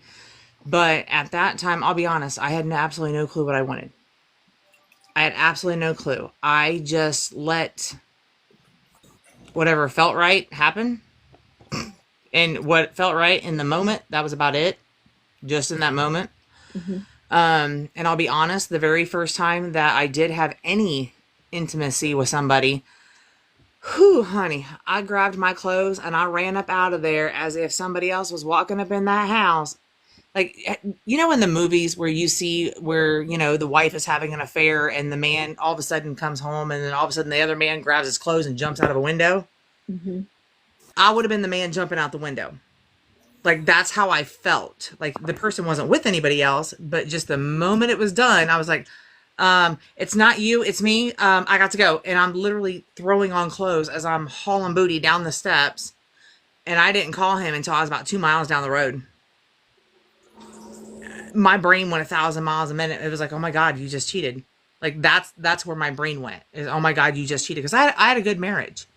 And, you know, in 15 years, I'd never thought about anybody else in that way. Never been with anybody else in that way. Like, he was it. He was the one that I was supposed to not just grow older with, but grow old with. Like, the two of us, decrepit old bodies sitting on the front porch going, huh? Did you hear that? What was that? Yeah, that's what it was supposed to be. So it's just, it's so odd. But, you know, I literally do say, and I'm sure the other ladies here can agree to you, I'm poster child of what not to do. But I'm also to the point where that widow fire has made its extinguished. Don't get me wrong, there's some ambers in there, but nothing like what it was. And I'm currently in a relationship with a gentleman who is just that, a gentleman. Oh, Tina, I believe Karen wants up here because, yeah, Karen's very knowledgeable in this area several too. times. Karen's very knowledgeable in this area as well because she's went through a lot of stuff that I've went through. But it is one of those things where, you know, by the time you get there. Dang it. I was just raising my hand to agree with you. No, you wasn't. You was one up here. Shush. I didn't know what to do in this box. Bill was watching cartoons. You gonna talk in it. That's what you're gonna do. But I would just say give yourself grace. And the fact that you know at this moment what you want is good. Because I'll be honest, I was flailing like a fish out of water in the beginning. And my brain had been like, I'm not going to see anybody. I don't want anybody. I don't this. I was so heck bent and so focused that that's where I was at. And then it got to the point where I was lonely and I wanted to be with someone. And then it just got to the point where it's like, okay, I had been with somebody that I could have seen a second chapter. I seen a future with until I got really screwed over. And then that made me really, really gun shy or boom shy, future shy. Yeah, there we go. Future shy. And, now I'm with a person that I'm hoping things work out the way they should. I hope they do too. I'm with Heather, do you want to somebody and come I up and want to punch him share? in the face. The what? I said, I'm with somebody and I currently want to punch him in the face. Is that foreplay? I mean, Well, she is a Scorpio. I'm just going to say that might be yeah. no, he's Yeah. sick. He just left. That's why I'm late to this party. He doesn't Are feel you good and won't take okay? medicine, and it pisses me off. Uh, Like, just take the damn medicine. she just brought Heather, up a valid question and a point. Can I ask Heather, do this you one? want to come up and share? You're more than welcome to. Go ahead. I'm sorry, Brandon. No, you're fine. Do you find it extremely frustrating? And I'm asking everybody here, do y'all find it extremely frustrating when you know this other person has a health issue, or like they're sick, or there's something going on, and they're like, I'll be fine. I'm good. Yeah, it's literally what mine does. So My Fred is brain, super proactive about his mental and physical well-being. Now, Mark, on the other hand, that is why we had a heart attack because he would not go to the doctor. Fred, on the other hand, he's over here pushing me to go and take care of stuff. So totally opposite situation for me. ugh, yeah. I'm the nagger. Like, I am not going to. I might as well be one of them crotch rockets going nah, nah, nah, nah, nah, nah, constantly. Okay, I I was got a that way question. with my previous husband. He literally used to call me a Yamaha. He's like, "Oh God, we're gonna Yamaha it, aren't we?" Huh? Okay. Because I knew something was coming up, or he was having issues. I'm like, okay, I got you an appointment set up at 1 o'clock. I'll be there to pick you up. We'll go. Because if he went by himself, my God, I never got any info. Oh, I'm good. They just told me a couple of coughs. I'll be fine. Just drink a little bit more water. No, bitch. She told you to go to the ER because you got a walking pneumonia. That's what she told you. Hey, Shakira, thanks for coming in. I mean, ugh.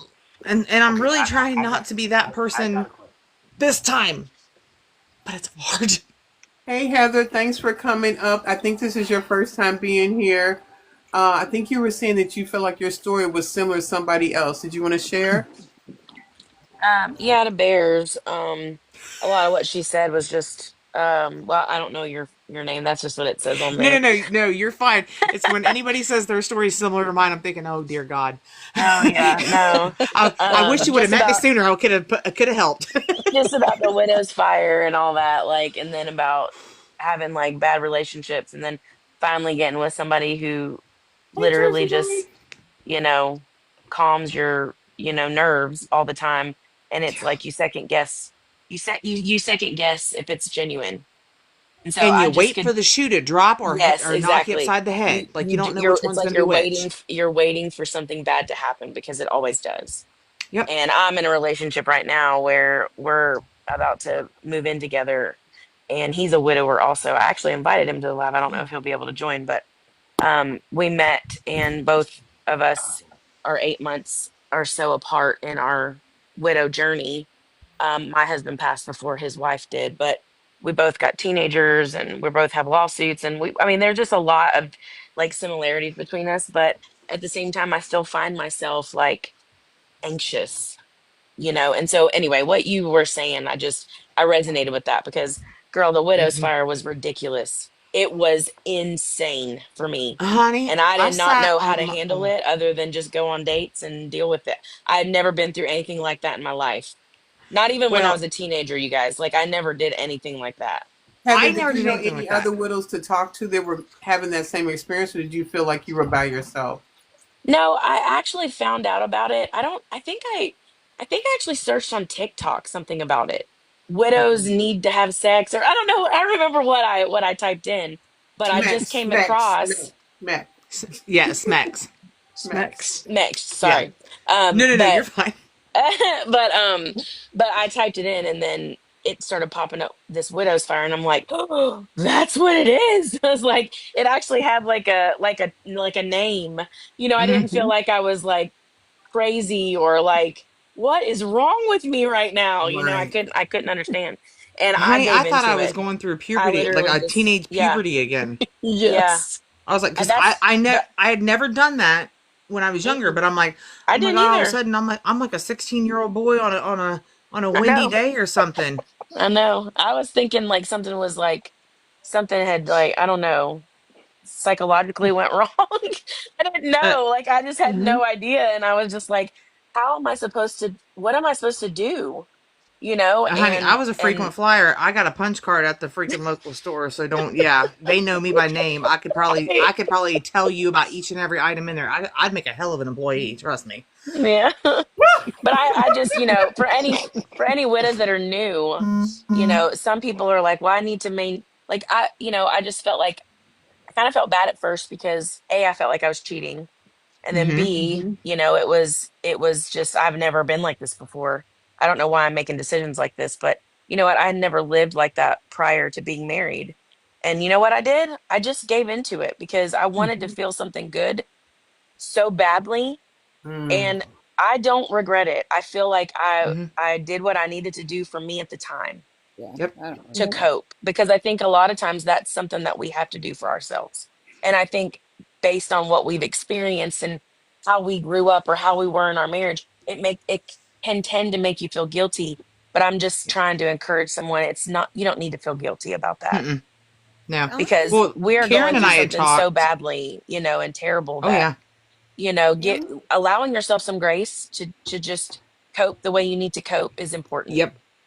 Yeah, Karen and I had talked about this because Karen had dealt with the same similarities that I had done, and she had come in after me, and then Jamie, what does she go by? Widow, Ruffle and Feathers or something. She had went through it, and but her and I had talked about it, and then Karen and I talked about it, and I know for myself when my father passed, I ended up in a bottle for about 3 years. If I Mm-hmm. wasn't at work, or if I wasn't with my mom, I was in the bottle of a vodka bottle, Hmm. and I was a very functionable one yet to boot. Um, but this time around, my mom even looked at me and she's like, you know, please don't go back into drinking. And I'm like, my son doesn't deserve that. Like, my son's had a lot of crap thrown at him in his life, and I'm the step up parent. I'm not going to make this worse. And so then at some point, I finally realized I didn't turn to street pharmacies, if that makes sense, or bottles. You turn to the sausage addiction. I did, because it gave my dopamines what I needed. I was You're finding welcome. dopamine dealers on weekends. I mean, it just Excuse It me, was I your think you vitamin D need need. to. that, yeah. Thank And you. I don't know. I'm There's the same something wrong way, with me. Heather. I don't regret it. Mm-mm. I own what I've There must done. be something Hmm. wrong with me. Um, uh, Ray, I'm there ain't a personally dang thing wrong with jealous. you. Trust I me. was over here like dust. I was expecting to be on fire, and it felt like just dust, like I was in Iraq, and it was just a lot of sand. I was so jealous. I expected to be the fire, and it was like It's like it was sandpaper. like Please, my neighbor Not, thought he no, was gonna have not to like stop ordering us. stuff. Yeah, I swear I did not have that. I not to be too TMI, but I was introduced to a whole new world that I've never been introduced to in that area. Honey, let me And tell you what. I was with the The, same man my entire life, and so it was different for me because I was actually experiencing something different, mhm. and Honey, it it brought was the inner kind of freak out in neat. me. Yeah, it was and I think Girl, I don't know if that's common too, but I think that was you. something that I think a lot of people, or I hear a lot of widows So, say, Heather, you how know. old are you, if you don't mind me I'm asking? I'm 44 now, but I was Oh, 42 when this perfect. happened. So Okay, so, I'm like, I know that like in the 40s, late 30s, 40s mm-hmm. is your like women's prime. And so I had that thrown on top of Widow's Fire, and I'm like, what the hell's going on with me? I don't Yeah. understand. It was like, Oh, yeah. this is Well, and not only crazy. that, but when we're in our 40s, what really stinks is that we've learned what we liked with our spouses. Hmm. We learned how to be confident with them. And then all of a sudden you get hit with something, and then I know my confidence and my value tanked. because I didn't see in myself what my husband did. So it took me quite a bit to get to where I am right now, to even being comfortable in my own skin. Hmm. And by the time I did, I'm like, oh, well, I like it like this. This is how it's going to be. And let's just say that freak side came out like no tomorrow. I found some people on here that talk about the BDMS type stuff. And then once I Hmm. started getting more information in on that, and I'm like, oh, damn, that's kind of how my marriage was, anyways. And I don't mean as far as the bondage type stuff, but the traditional of, we talked about everything. Like there was no secrets. It was very a traditional back and forth. Like, I mean, in true cacti, yeah, I can speak and my brain can work it now. But like in true cactionality, my husband would have been like the dom, because, and I would have been a sub, just because we had a traditional type of house. Um, it was God, husband, me, kid. And but in reality, when people looked at us and we dealt with things, it was my husband and I together. Like, God's up here, we're here together. We never made a decision without one another. And if we couldn't agree to it, we tabled it until one of us could figure it out. And then the kid. But and when I started reading in more on that, I was like, oh, that started to balance me a little bit more. And then when I actually started allowing for activities and fun and just getting to know myself more and what I enjoyed, I'm like, oh, Yeah. The other morning on Ray's was that Saturday morning on Ray's live, I mentioned that it was all of a sudden I had to figure out who I was by myself, because you're We mm-hmm. married did almost our 20 years. conversation tonight. Identity Yep. Yep. crisis. Yeah. And I literally was like, who the heck am I? Because Mm-hmm. all my life was, I was a wife, I was a mom, and I supported and like was a helpmeet to my husband. So when my husband's not Mm-hmm. there and I'm doing all of it, what like What are you? what's my role? Like, what do I Mm-hmm. do? You know, Hey, Yep. who am Lucille. I? Hey, Bossy. Yep. So I went from wife, mother, best friend, grandmother. And when I say the traditional type grandmother, I mean, hi, I'm baking cookies, can't wait for the kids to come over, decorating a house like it's Macy's windows, the whole works. Sitting on the front porch, having a good time, waiting for the kids to pop up and do activities and everything else. And long hair. And And about then 150 pounds more. How much? about 150 pounds more because I was at 375 at that time. Yeah. Yeah. mm, And literally whacked all my hair off, lost weight, found out that I actually have a neck now and a jawline. Didn't know where that came from, but it snuck in. And I have that quirky, sassy attitude now that I don't give two squats. My bucket of shits are dumped and my give a fuck button's broke. I mean, I buried that with my husband. And now I speak what I gotta say, and if they don't like it, well, I'll say yeah. sorry that you have a problem with what you need to hear. That's on you, not me. I've had to get that I don't give a F button in my mind Yes. too, because I always said used to say the best way to be judged, or the, biggest way you can be judged as a person, is to become a parent. And then I will now say that the second biggest way to be judged is to become a Become a widow. widow and watch Well, people tell you what you need to be doing and what you don't need to be doing. And it's Yep. ridiculous, especially Right. as a newly widowed single mom. Yep. Or And I solo can't even mom. tell you I can't even tell you how many times I've looked at somebody square in the face and say, I am not discussing this with you. It's none of your business. Yep. And it's like, I don't know what it was, but I almost feel like the same people that feel like they supported you through your grief and through when everything first happened, they're the same people that think they have a say in your future somehow. Yes. and and Yes. I literally am just like, you don't, because I appreciate you supporting me, but you don't get to tell me what to do from here. This is my decision, Oh including yeah. my children, Can and I I'm interrupt for a minute? yeah. I'm Yep. sorry. I just want to address a comment that made. I feel conflicted with who I am. That that's normal. You're gonna feel that from time to time, Mm-hmm. and just remember to give yourself grace. Like anything else, You'll have your good days, you'll have your bad days, and you'll just have those days where you just don't want people, and you're gonna want to stay in the house, and that's okay too. That's why I moved to the woods. And I can in the woods. And it is 8 years later for me, remarried. And the 11th was the 8th death anniversary for my husband. And I saw myself disassociated and doing things today. Like this weekend, I didn't leave the house. I had some company, but I was in pajamas. I wasn't miserable. I just didn't feel like being heightened by oversensory by other people. And Right. I stayed in the house for the weekend. I Hmm. got up this morning, got in my car to go to work. I left my keys in the car. I left my lunchbox. I did things out of my normal pattern because my mind was caught up in that loop.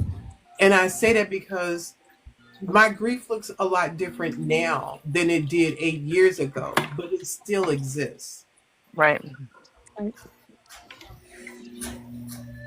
Yeah. Well, like I've taught, like Tina and I've talked before, like it does not get better. You learn to house it differently. You learn how to, unfortunately, you learn how to live with your grief I and think your how life just to, your life just gets bigger around it. yes. Hmm. Yep. You know, I mean, your I grief is have. still there, but as you grow and as you become who you realize who you are, and life goes on, right? Life Hmm. moves forward. And I think our life just gets bigger around that grief, and that's what makes it seem like it's a little smaller, but it's still Hmm. there. Mhm. Oh And I yeah, don't believe that yeah. it'll ever just go away, honestly, but My mom has been a widow for 22 years. And this year here, we both realized that he's been gone longer than I ever had him. Mm.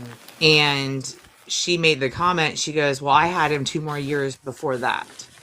And she goes, so my time is coming up. And she still has issues from time to time that her and I will sit and talk. And we recently had another death in the family, her brother, and we're trying to negotiate through all of that. And it's bringing other stuff up for her. And so we've been talking a lot and about dad and the different stuff, and with Tim and with her, and what the future could hold and not hold. And it's, unfortunately, it's still there, but she's able to talk about it now without being a complete nervous wreck. So it's better ish. Y'all know my There's a, analogy on carrying grief. we have a lot of ishy. What'd you say, Karen? Said y'all know my analogy on carrying grief, like carrying One a bu- stack of boxes. You just gotta figure out how to carry them comfortably. And you're gonna lose boxes along the way. Grief waves are gonna come, and you're gonna drop them all, and you're gonna pick them back up. So it's just trying to figure out how to carry it comfortably. Kate Bird K- has a Kate, yeah, I was question. going to comment on that. Go ahead. So how do you tell your young children you want to date? When you say young, Kate, can you get an age range just so we have a This is concept young of? adult, so I assume they're Oh, young adults. adults. Oh, okay, okay, Yeah. okay. All right, my bag. I can't read. My I first question would be, No, are they still under your roof? Ooh, Because my my my thing is, I have four bonus adult children. she has the age. Do they still live with you or not? oh dear God, she's got four. all four of Oh, mine live in my home. Yes, ages 18 to 16. Okay, I go. Okay, I thank you. have one is here, uh, Okay. two in college, one is on her own. Well, Okay. my advice to you, just having kids that are still in my home, let alone adults that are outside of my house, is you just tell them Mm-hmm. because it's not their decision.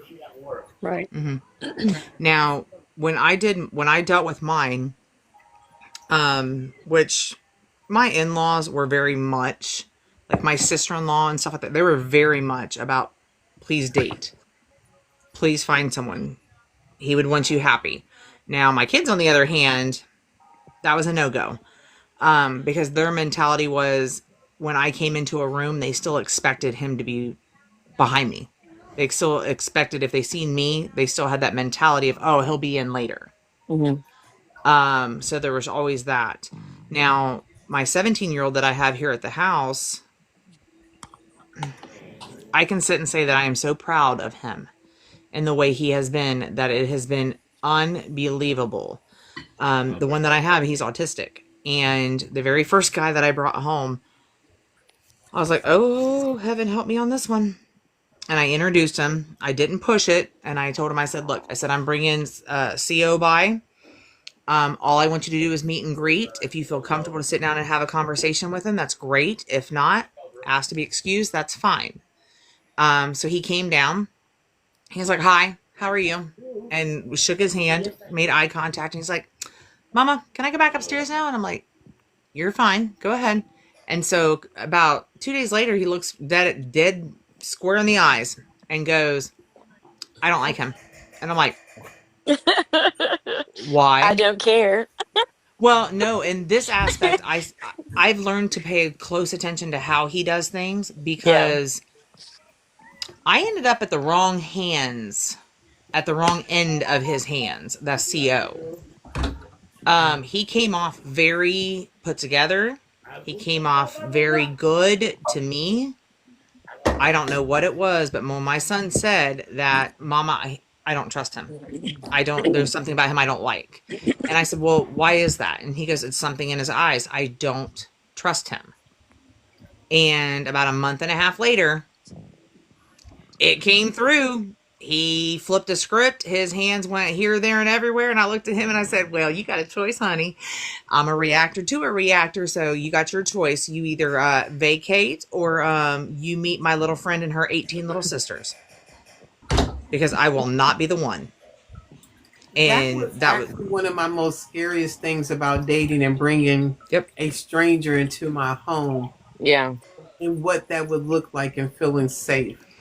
Well, I didn't bring anybody into my home for at least six months back and forth in the Oh, it very was a year beginning. and a half, but just the idea of it, that this person is stronger than me physically. Mm-hmm. And if this went south, how that would work. I never had to experience that, but that was a concern of mine. Oh yeah, Well, I I've think experienced too it it does unfortunately a few hinder. times. Uh, sorry, I didn't mean to interrupt you. No, go ahead. With my kids, I had three relationships, albeit pretty short relationships. The longest one was 6 months, but I had three relationships, and each one proved taught me something, but proved to my children that they need to be skeptical. And I think that's what I'm going through right now with my current relationship, is because obviously they open up and they get hurt again. They don't want to experience it again. So on that front, I kind of understand. However, I do still tell them, like, my boyfriend and I, he's moving in by the end of this month with him and his kids. He's got two teenagers and I've got four kids. So the ages in our house, we're gonna have six kids in a three-bedroom house for right now. And they're 8, 11, 13, 15, 16, and 17. So most of them are teenagers, and we are going through it, you guys. Like, we are going through it with them because I we have bet. four teenagers in this house that are trying to be like, why are you doing this? Why are you doing that? And I just want to be like, shut your mouth. Y'all need an like, Alice. like we literally are doing what we can. Like, we are Want to trying try to do chicken this. We're salad? trying to support each other. Want to try chicken You know, salad? Huh? right now we're running two No, separate hot. households and we're You spending want hot double or the money hot? that we need to. So Two in one. Yeah. that's just what we've decided. And it's just like, I'm reading the comments, and first me, the nurse, I sympathize with you because I have had issues with my kids treating my current boyfriend bad, and he's the most amazing guy ever. And I feel like I really lucked out a second time. But they're still skeptical. They're hesitant. They had a good dad who passed away, and they don't want somebody else in that role. However, at the same time, we have to do what's best for us and what's best for our family. And me and him are coming together as a new family, a blended family, which I never thought I would ever experience. but that's just where we are. And so it's very difficult when teenagers come in or older adult children and they try to tell us what we can and can't do. And it's just like, sorry, that's not your place. And, I had you adult know, kids start telling myself and the young one I have here to throw a fit because I dated a gentleman that was much more melanated than my husband, and they had a fit. yeah. So mine was the opposite. My husband's about the complexion of Brandy over there. And I was like, I'm not doing that on round two because all that makes me think of him. So we're going to go with something different. But Mhm. to Kate Bird's question, so my children were in their 20s when I started dating. And I just told them that I'm going to start dating. They did not live in my home. They were both in the military. Thank you. And we dated for 3 years, and then we did get. Thank you for the follow. We got married. My son walked me down the aisle. My son lived locally, so he actually got to meet my husband a lot, and so a natural, organic thank you relationship was formed, which made it easier. My daughter lives on the other side of the country and was much a daddy's girl. We're still working on her and how that looks, but I wasn't going to stop my life because she has her fiance. She's living her life. I have found that when they have a problem with something that we're doing, that's their own grief they need to manage. That's not Right. a me situation. That's Hmm. a them in their grief situation. Hmm. When we lost our spouse, we don't have a choice to ignore that most of the time. We're working on that at 2 o'clock in the morning when we're trying to sleep or everything else is going on. We haven't forgotten they existed.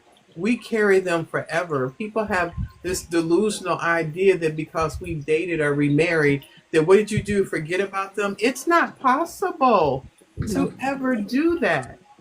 Mm-mm. So when they're having issues, that's them finding new life. Now they see life doesn't look like it used to. We know that every day.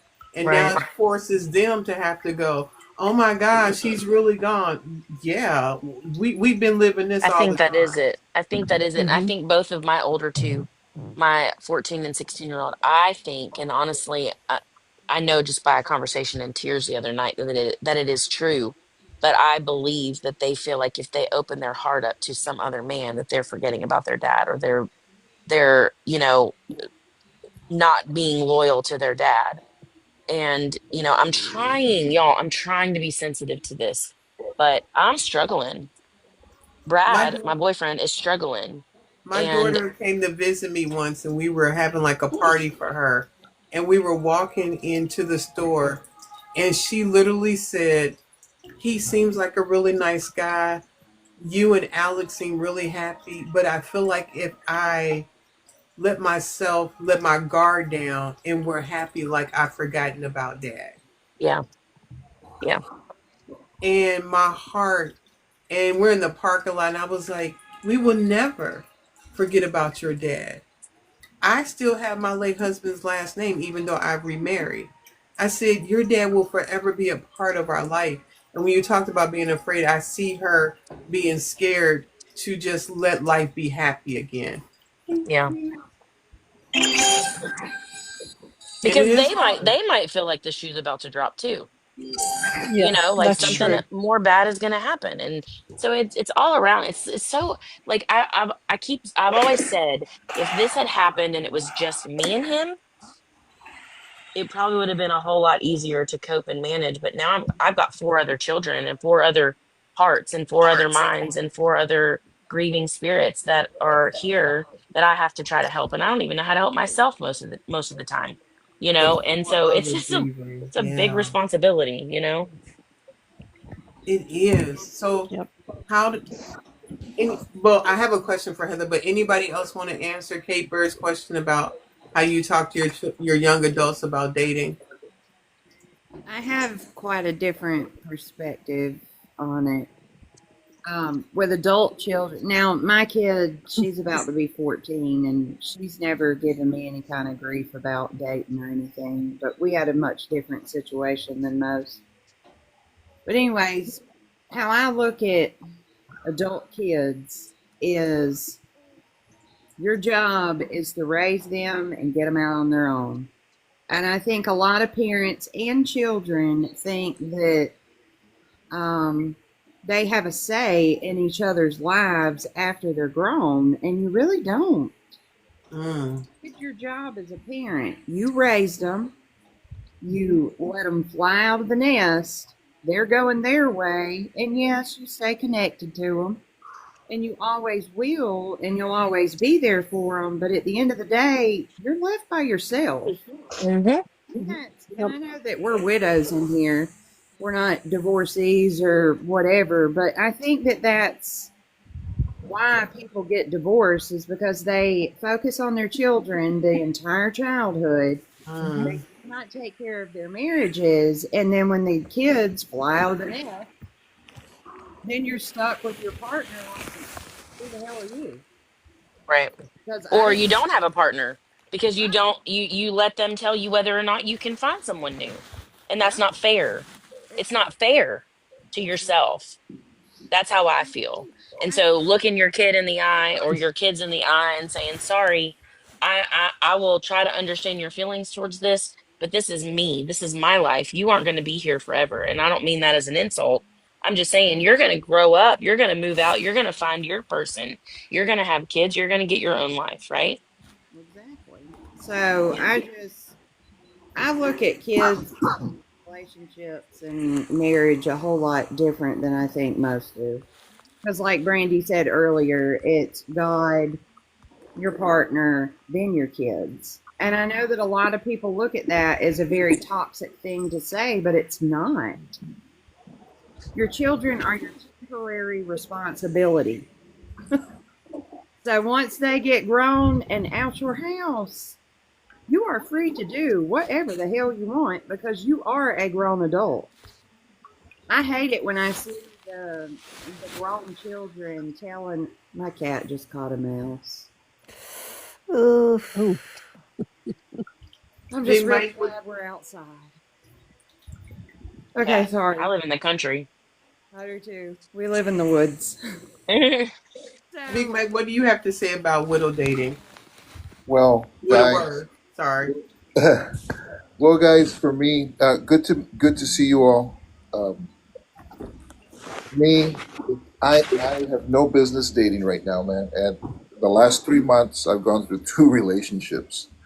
So I'm not I'm not dating material because I have too many standards, and I draw the line, and I have boundaries for the person I'm dating. If it becomes a relationship, there's certain things that I have to put in place as a man, not to.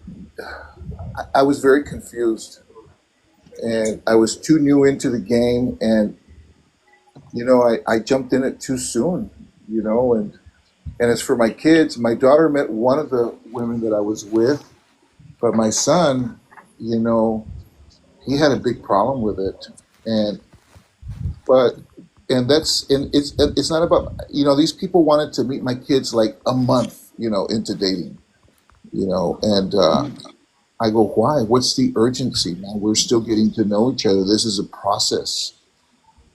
And I think that for now, I'm taking a back seat on it. Okay. I am not the right person to date. Kate Bird has a question for you, Mike. Yeah. She said, Mike, how soon did you start dating? Oh my gosh, man. I even feel guilty for saying this. Um, in December, We listen and we don't judge. thank you. Right. Was In it quicker December, than Out 2 months? loud. Because that's what mine was. no, mine was more along So, around 6 months. yeah. I was fine. I was fine alone, man. With my kids, working out, doing my business, everything. And I get a text message through Messenger, through Facebook, and it was this girl that I used to work with 7 years ago. Granted, I'm 55 and she's 41. She has no kids or nothing. Okay, And Karen. so back then, we were good friends, and she asked me one day, "Hey, can you take me to my Christmas party?" And I said, "Yeah." When I saw her come out of the apartment, I go, "Wow." I was so vulnerable. She was treated me real sweet, and it was a very toxic relationship. Mm. And and then not even a couple of weeks later, I ran into another one, and that one was a little bit more serious, but that one I really had to set some boundaries because if you're going to be with me in a relationship, you cannot be texting other men that are your friends, or you cannot be putting yourself on Facebook, trying to look like a young woman and no offense to any person, right? And so I had boundaries with that, and she didn't like it, and I told her, yeah, either you do it or you lose them or you lose me, and that was it. And I decided not to pursue any dating for now Hmm. because I have a 15-year-old daughter. I'm 55, and I have a 19-year-old in medical school, and so I have to be here for them for now. And I'm not looking for anybody. I've learned from my mistakes. I've learned from the red flags of people, and that's just me for now. I'm not saying that anybody else has to do what I'm doing, but for me right now, that's it. I stopped dating, man. I'm concentrating on my job, trying to level up, and taking care of my kids, man. That's the most important thing. And somebody else said, God, yourself, and your kids, and that's what I'm going to do. Hmm. There's a comment. Thank you, Mike, for sharing that. I Thank want you. someone to understand the difference between widowed and divorced. Good luck. Well, I think if you find somebody that's been in your same shoes, they understand. Mhm. Yeah, That's where I'm at right now because I dealt with three men that one of them literally said, "Well, I don't know how I'm supposed to comfort you while you cry over another man right now." And I'm that's telling you, that was a humongous gut punch to me because it's like, what are you talking about? He's not even here anymore. But at the same time, that was early on in my widow journey, right? And so I I mean, I can kind of understand because if they have never experienced it, they don't understand how that is and how the fact that you could love two people at the same time because one of them is no longer here and one of them was not your choice to leave, right? So yeah, you still have a love for that for your late person, spouse, girlfriend, boyfriend, whatever. um you still have a very big love for that person, but yet you're desiring to move forward, and Mhm. there is a possibility to do both at the same time. um I just in reference to some of the things that Mike said, I felt that way too after my third relationship failed. And I realized I'm not going to be dealing with narcissists and people yes, that have never been able to hold down a successful relationship, unlike me, who was married almost 20 years and was dedicated, and I just had my spouse ripped away from me. I'm not going to deal with people that just literally do not understand how to properly love somebody because I don't want to at my age, I don't want to teach anybody how to love right, right? yeah, Um, Right. and right. then I broke up with my ex, and 2 days later, on a Saturday morning, I reopened my Facebook dating, and by that evening, I connected with Brad, and we just clicked right off the bat. And neither of us had on our profiles that we were widows or Okay. widowers. So we were in communication and talking, and he mentioned that his wife passed away, and I was like, "Wait, what? Are you serious right now?" So it just kind of led into deeper and deeper understanding of each other. And all I'm just trying to say is, you know, um, I did feel like saying, "Forget it right now. I'm done." But at the same time, I do not do well alone, and I was lonely instantly all over again. Um, and so I got back on and I tried one more time, and he's perfect. In everything that you know, and everything that we have together, we're perfect. And so Taking a break is fine, but feeling like you've done something or you're too picky, that's not, Mike, that's not true, because there is someone out there for you and you have every right to be picky about that. And if you're not finding it, then you wait, because I'm proof. I felt like settling because I didn't want to be alone. Yeah. I And want to I was do. scared to be alone forever. And I didn't think I would ever find it again.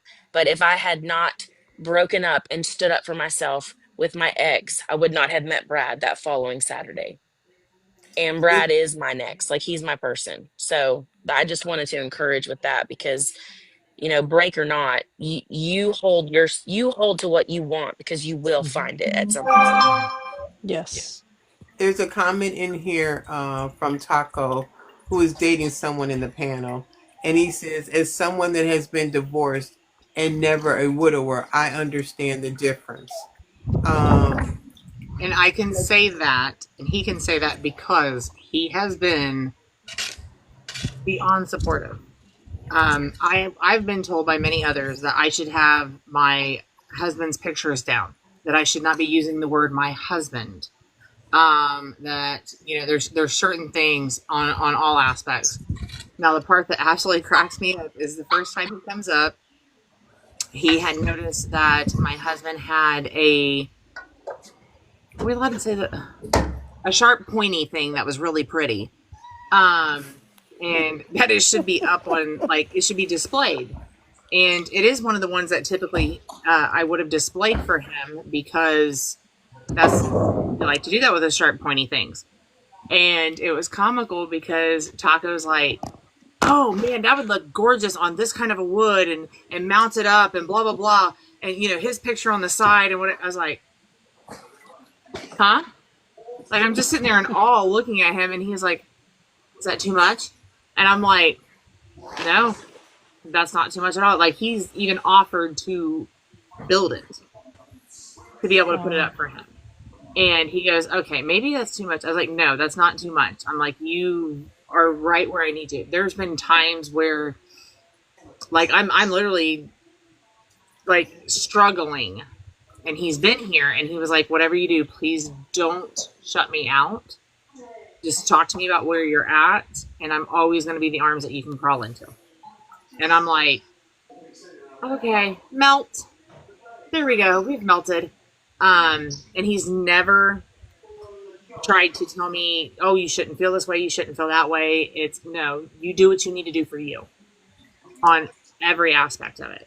And I mean, I've been able to talk to him pretty much on anything and everything, and it's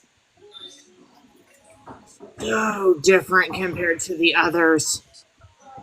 In the comments, I want to Yeah. read a couple of things. If you're dating somebody and they tell you they're in competition with your late husband, Get would rid you of him. consider No. that Can a I red answer that? flag? Can I Yes. answer that, I'm please? sorry. All Yes. right. Okay.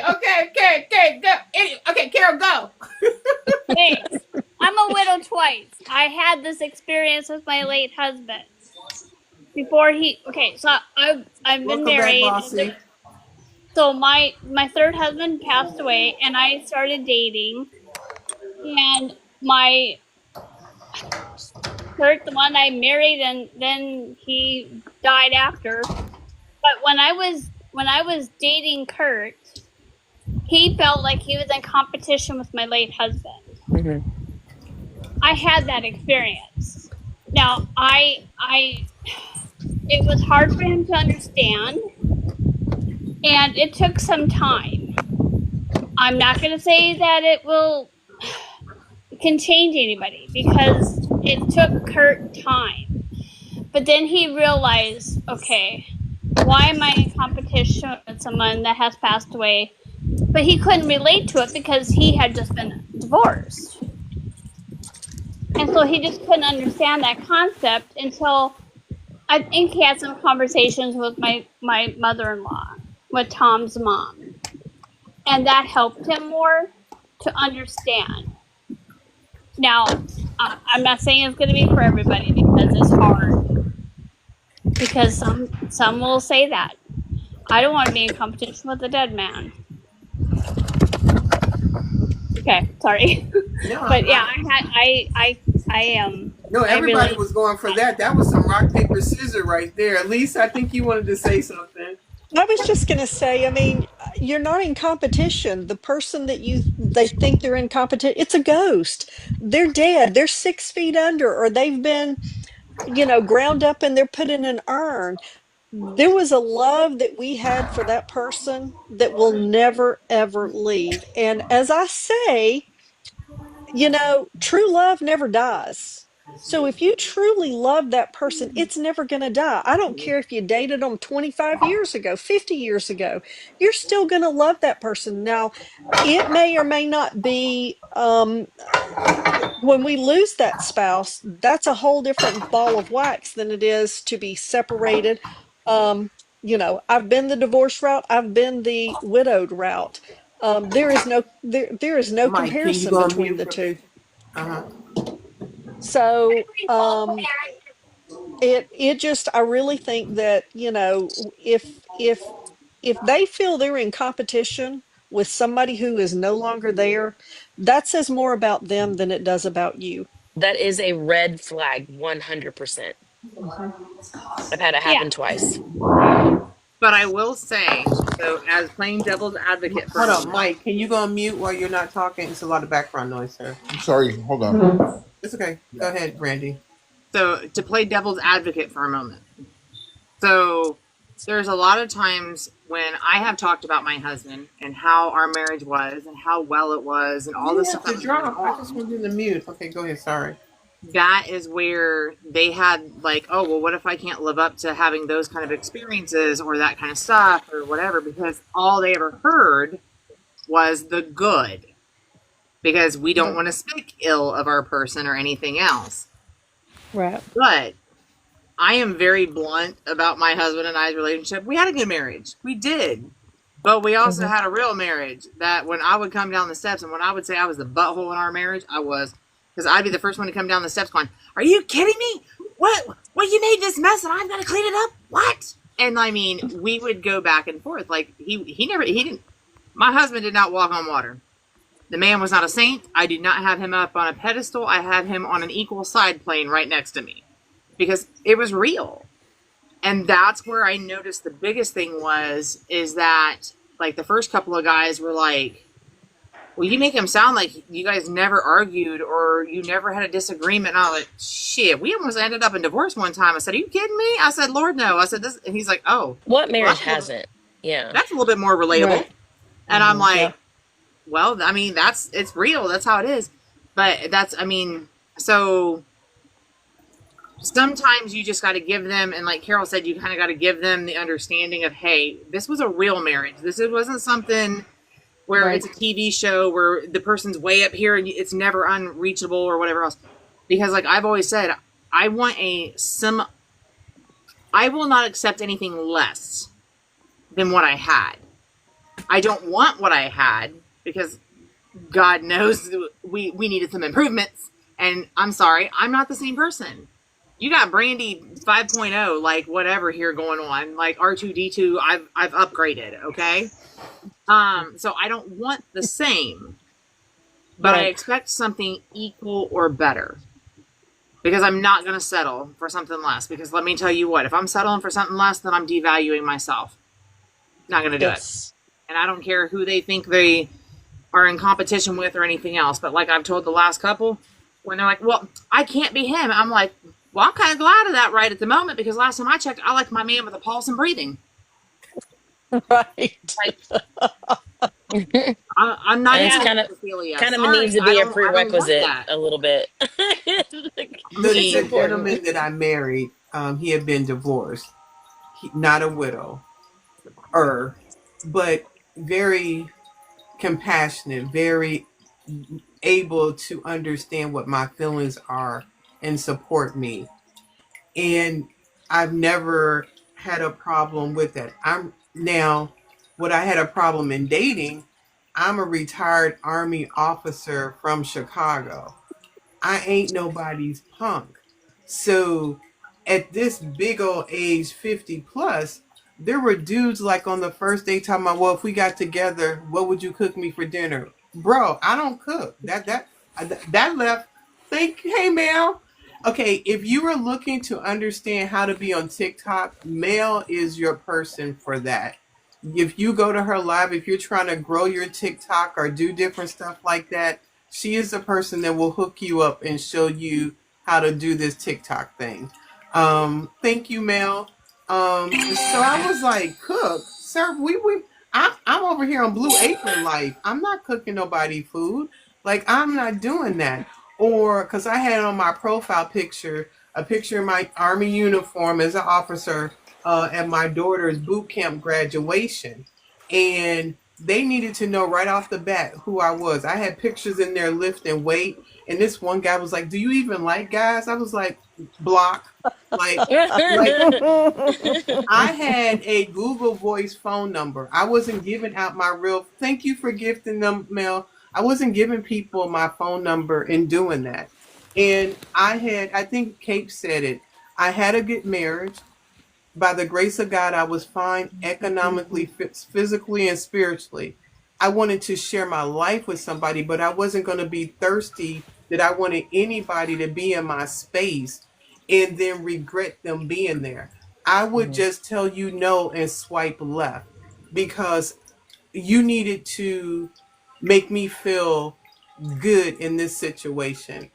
And the one thing that I have learned that may be controversial for some, I feel like my marriage and my value of marriage is stronger now than what it was before. I feel like I'm a better wife from who I was with Mark. I mean, Fred got some clothes on the floor in there that I would have been yelled at Mark about. Like, you know what? I It know this does. is, It changes how you do things. it's It really temporary. does. Like, who knows how long we're both gonna last? I'm not gonna waste a breath. Right. He washes his own clothes. The man cooks all the food. Do you hear me? He cooks all the food. Like, I'm like, I'm not gonna. It's like, okay, the clothes will be on the floor. You wash them. I can walk past this on your side of the bed.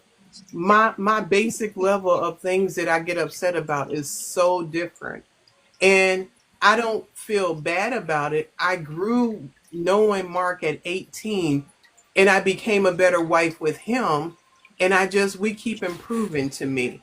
But for someone to tell me the man that I still love today, that you gonna tell me something about mentioning his name, you better go kick rocks. Oh, I what is that? Oh, that's so cute. Oh, thank hi. you, Mel. So My yeah, name is Pamela, and not I Suki X, girl. I wanted you to make some rice. What were we doing over there? that Suki was given as a nickname my sister gave me when I was about 6 months old, so stuck with Oh, me. I married my husband. I was 19 when I married him, and I'm not saying our marriage was perfect because again, no marriage is perfect, but we had, we the communication was always there, so we worked everything out. Any issues we would have, we work it out. We have two children together. He passed away almost 3 years ago. He had cancer, and cancer took him. That was the sorry. hardest thing. I've never. I mean, that was really difficult to watch him just deteriorate. But I stuck with him. I did not place him in a hospice facility. I brought him home so that he could pass in peace. Hmm. Um, I I would say about maybe 8 months after he passed away, someone that I've known since high school, a familiar, came around, and so I was kind of was seeking his arms to just find comfort, and and that's all it was. Pretty much, it was just comfort. I wasn't planning. I didn't want to date. I didn't want to do anything like that. I just needed that comfort. Um, this year alone, I decided to venture out and go onto Facebook dating app, and I've met some people, but I have not really clicked with anyone. Um, I talked to a few, and one of them knew that I was going through my attic. I was clearing out my attic because I'm getting ready for a move. And so I started clearing out my attic, my closets, and as I was clearing them out, I found photos of my late husband and I that I hadn't seen in ages. Mm. So, I didn't break down. I think I'm at a stage. They say that grief is like a season; it changes throughout the season, right? So I didn't want to believe that, but I'm experiencing that, and so it just to see those photos brought a smile to my face and some slight tears. And so this guy asked me, he asked how the move was going, or the clearing out was going, and I explained to him what I had seen, come across, and he said to me, he goes, Pamela, he goes, I don't think you should be dating at this time. He goes, I think it's too soon for you. You shouldn't be dating until you get over him. Mm. And Mute, I y'all. Mute. Let her finish. Let her Oh. finish. and so Doesn't work that way. It doesn't work that way n- at all. I know, and I go, excuse me. I said, you will never. I go, you've not experienced this. I go, so you cannot get over. You will never be over someone that you've been married to who you became one for 37 years. You will never, I don't care if it was you were married a year with this person, you will Absolutely. never get over that loss. You will always grieve for them no matter what. He goes, it's like I'm in competition. I go, well, one, you're not in competition because you and I are not an item. I go, so unique. And so it would be a whole new journey, a whole new chapter opening up, and a whole new different kind of lifestyle. So don't ever say what you said to me to anybody else. He goes, well, how would you like it if I spoke about my ex-wife? I go, well, is she alive? He goes, well, yes. I go, then I would tell you, then you should go and make amends with her and try to make that marriage work. At least you can do that. I cannot. I will never, ever be able to have that opportunity, ever.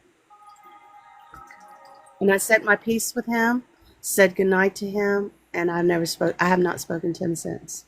Good Good for job. you. You know, I just don't, people, if they've not experienced that, they can't, they shouldn't say anything to you. And Right. even once you experience it, and, a friend of someone like that passes away, you have no words to give them other than to be there for them when they need you. There's nothing you can do or say to get them out of this darkness. Just be there for them. Mhm. That's all. I did do though, on his birthday and our anniversary. I married him the day after his birthday, so he would remember our anniversary. So I did something to help me come out of the shock and the fog and to live again. I actually parachuted. I did some skydiving, and I go I'm skydiving so twice. really, I was so afraid I'm afraid of heights. But I tell you what, it was a spiritual rebirth. It was amazing, and I'll do it again. It was amazing, And my and it late did. husband and I got married the day after my birthday. It just worked out that way. I couldn't remember the date.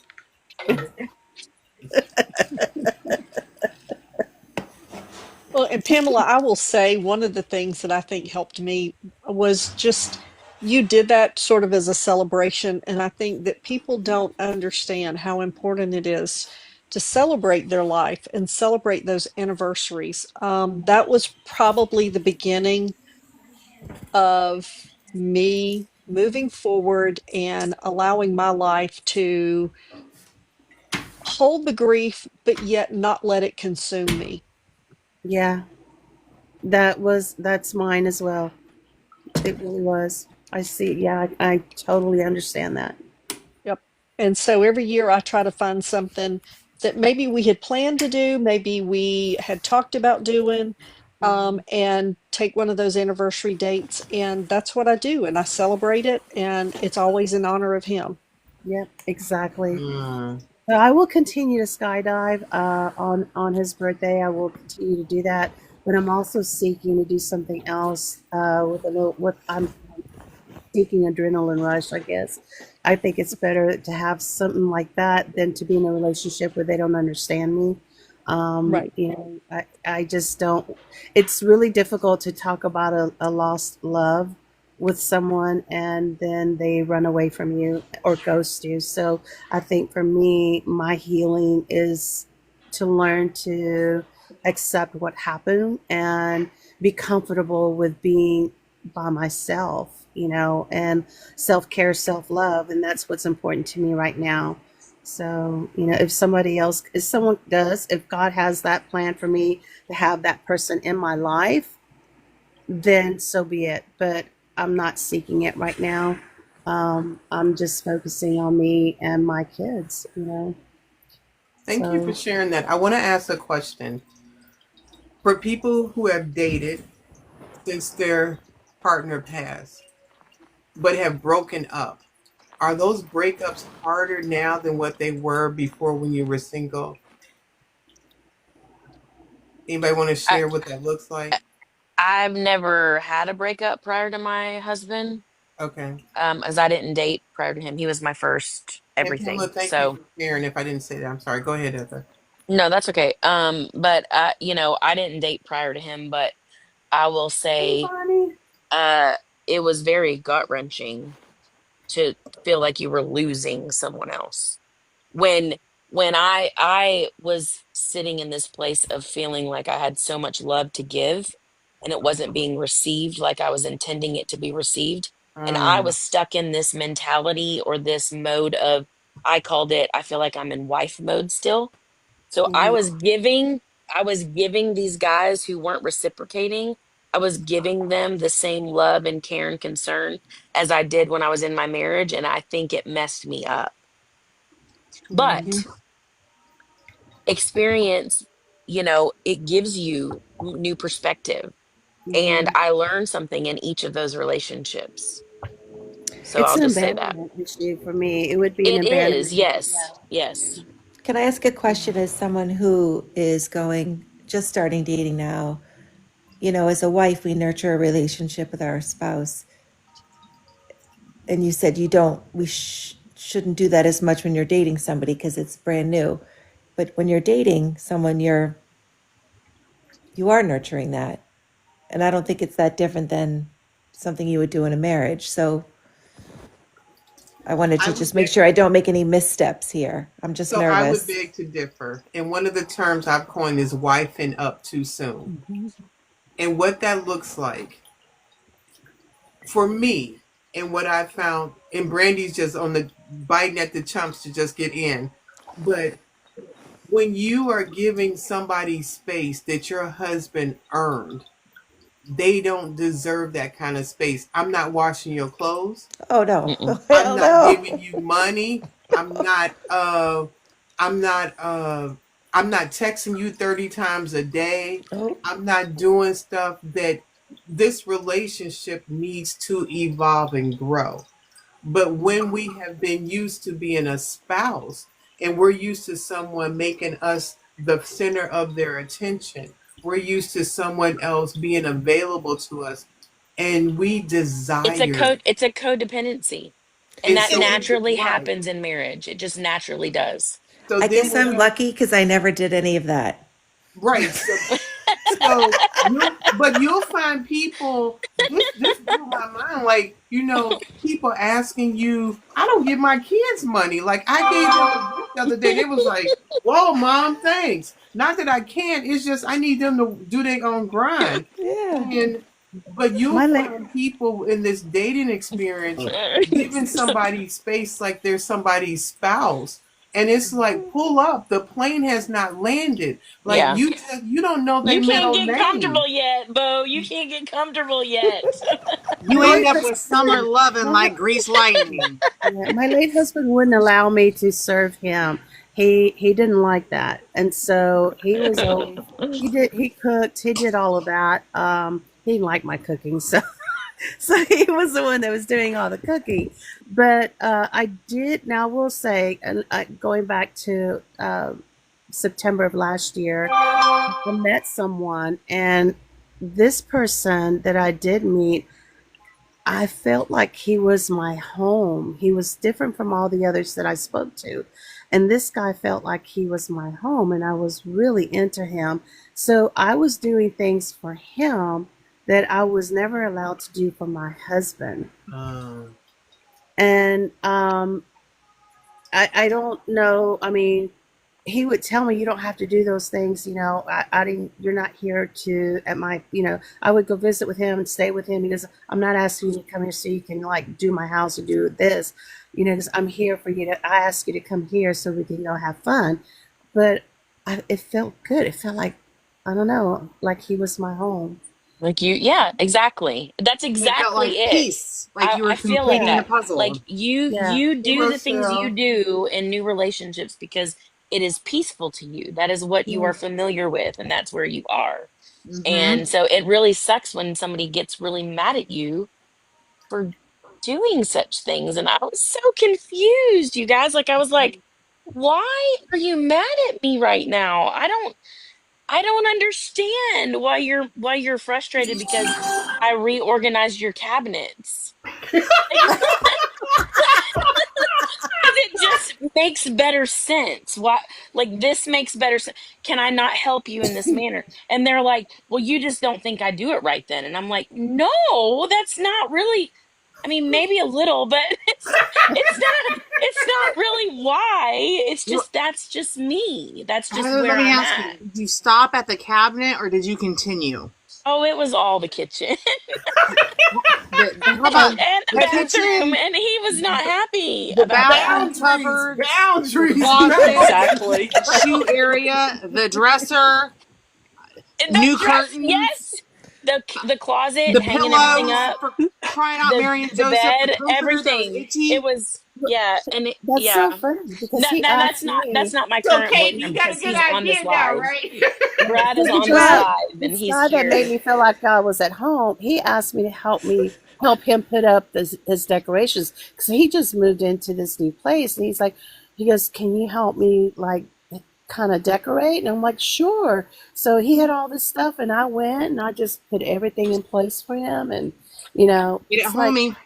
yeah, Yeah, But he asked you to do that, which is he did. he invited you into that space that he, That's bizarre. Yeah, I wasn't but they asked to do still it. I don't just look at did it it. that way, but he honey. asked her. He asked her to do it, and she Yeah, said yes. yeah. It don't matter. They still get ticky. I literally can sit here and say that I had an entire summer of Grease Lightning, for Pete's sakes. That whole song, Summer Lovin', let me tell you. 7.5 months Happened with so this man. fast. Summer loving. Yes. Yes. And unfortunately, we work for the same damn place. And that's another rule of thumb. You don't get your Oh honey where you're no, making You can money. get your no. money.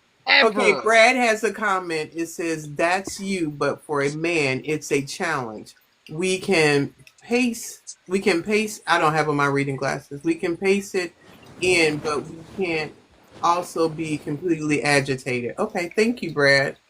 Okay, Um, but okay, so Brad's mine. Brad, I want to comment on that. I did okay. ask you before I did your bathroom. Remember? Oh, this is your Brad. Brad's my new beau. He's my Oh, new okay, Brad. guy. Okay, So Brad, he's a all the widower. tea. I would love for him Tea. to talk, have the opportunity to talk, but I don't think there's enough spaces. But Here, I hold your Brad, butt but did. down. Brad He can can You get get need up to all the here. tea in the confirm, comments. Come on, baby. You need Brad. to confirm that I did ask you first this I have no idea. I have good job, Brad. Good job. Good job. time. Everybody Oh, follow Brad stop for it! tea. Everybody I follow did. Brad for the Hey, tea. I'll jump down so Brad can jump up here and he can give his version. Cause Lisa wants to hear this. Oh. Exactly. All right, Okay. Brad, you got to come up and tell your side because I did ask you. Brad. Yeah. Don't He don't said be he had no afraid of idea her. what he was giving grace to. You guys, he maybe not, but Brad, I don't still be afraid helped. of her. You got a request, babe? Hit the little. Oh, there you go. Thank you for the follows. Okay, Brad, what happened? I mean, hi. And or first, I don't understand. Can you hear me? Yeah, Yes. you. Yeah. So look, I truly do. First of all, I did not join this willingly. I joined this because of that girl right there. Okay. I'm just gonna say I'm not. I'm a big fan of psychobabble.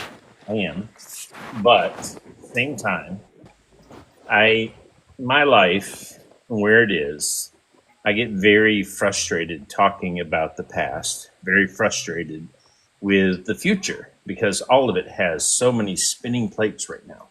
But I love this woman. I do.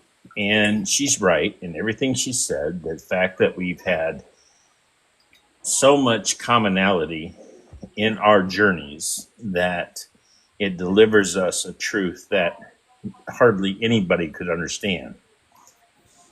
Sudden death, uh, tremendous turmoil. Um, there's more Teenagers. depth. There's more depth to that because her husband was a very good man for her children for a couple of years, and they are definitely hurting in this process. Whereas with me, and I can speak freely right now because my two teenage daughters are not here at the moment.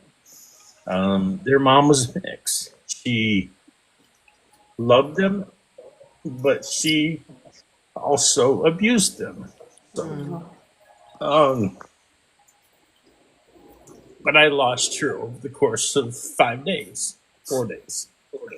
So I'm listening to you. I am. And frankly, normally I would not join this group because this is not a place I want to sit in hard. At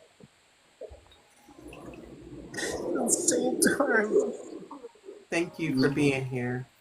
Thanks, hear Brad. people talk and just share, I think, is a good thing. Because there's a mix in all of this. The fact of the matter is that when you go through the loss of somebody, whether you had time to prepare or you did not, that person lives in your heart completely, and you should not walk this life with anyone else that can't give you the space and the grace to see that. I texted a few things about this because when you lose somebody and you have minors, that ghost, that person lives in them. JD was amazing with his kids, especially in the last couple of years. And I have a hell of a road to walk, both giving strength and truth to his existence, all the while trying to fortify Heather in the fact that I need her to be confident in her, but also protect from the things that I feel would trigger my kids. It's a hard path. It's not easy. It's like walking on eggshells times 100. Yeah, that trend going around on TikTok about the two worlds colliding. That's that's 100% true. And I think, a lot of people are doing it under the guise of two people coming together and making children. But Brad and I are colliding. Our completely different worlds are colliding with, completely different ways that we've done things in our individual families. And we're kind of coming together now. And so there's this level of excitement. There's this level of anxiety. There's this level of, can we do this? And how is this going to go? Kind of thing. And so, because it isn't just me and him with older children, we still have almost all of our children still in the home. So between the both of us, there's 7 kids, and 6 of those still live at home. Um, so it brings a different level of stuff. But anyway, sorry to interrupt you, Brad. No, you didn't. I Okay, so Brad, I'm gonna change it up. How did she just start rearranging your cabinets? Like, let's get to that. okay. So she I she didn't was just, I now. asked Heather, Hold on. first. Can you Let go on me mute, please? tell Can the you go on story mute? from my viewpoint. Thank you. Okay, so she came over, stayed the night. and it turned into about 4 nights because she got sick, and we, went to the hospital and we did some things. Well, I don't care how sick she gets. She found it positive to absolutely organize my bathroom because I had the master suite.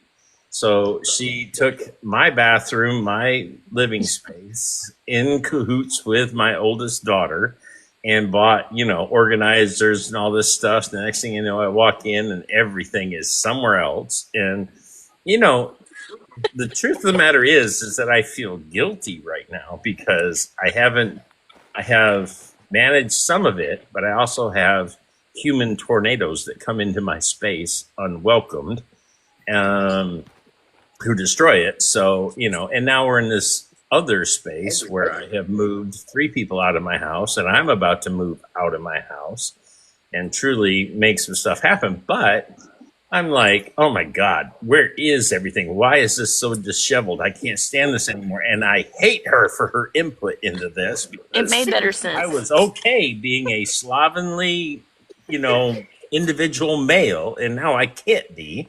But you know what? You got to enjoy things because she's a good person and she really wants the best. And as hard as I have tried to, at times, create some space, she's not going to allow that, and it's okay. It really is okay. I think you gotta. I think it's hard. I think it's definitely hard.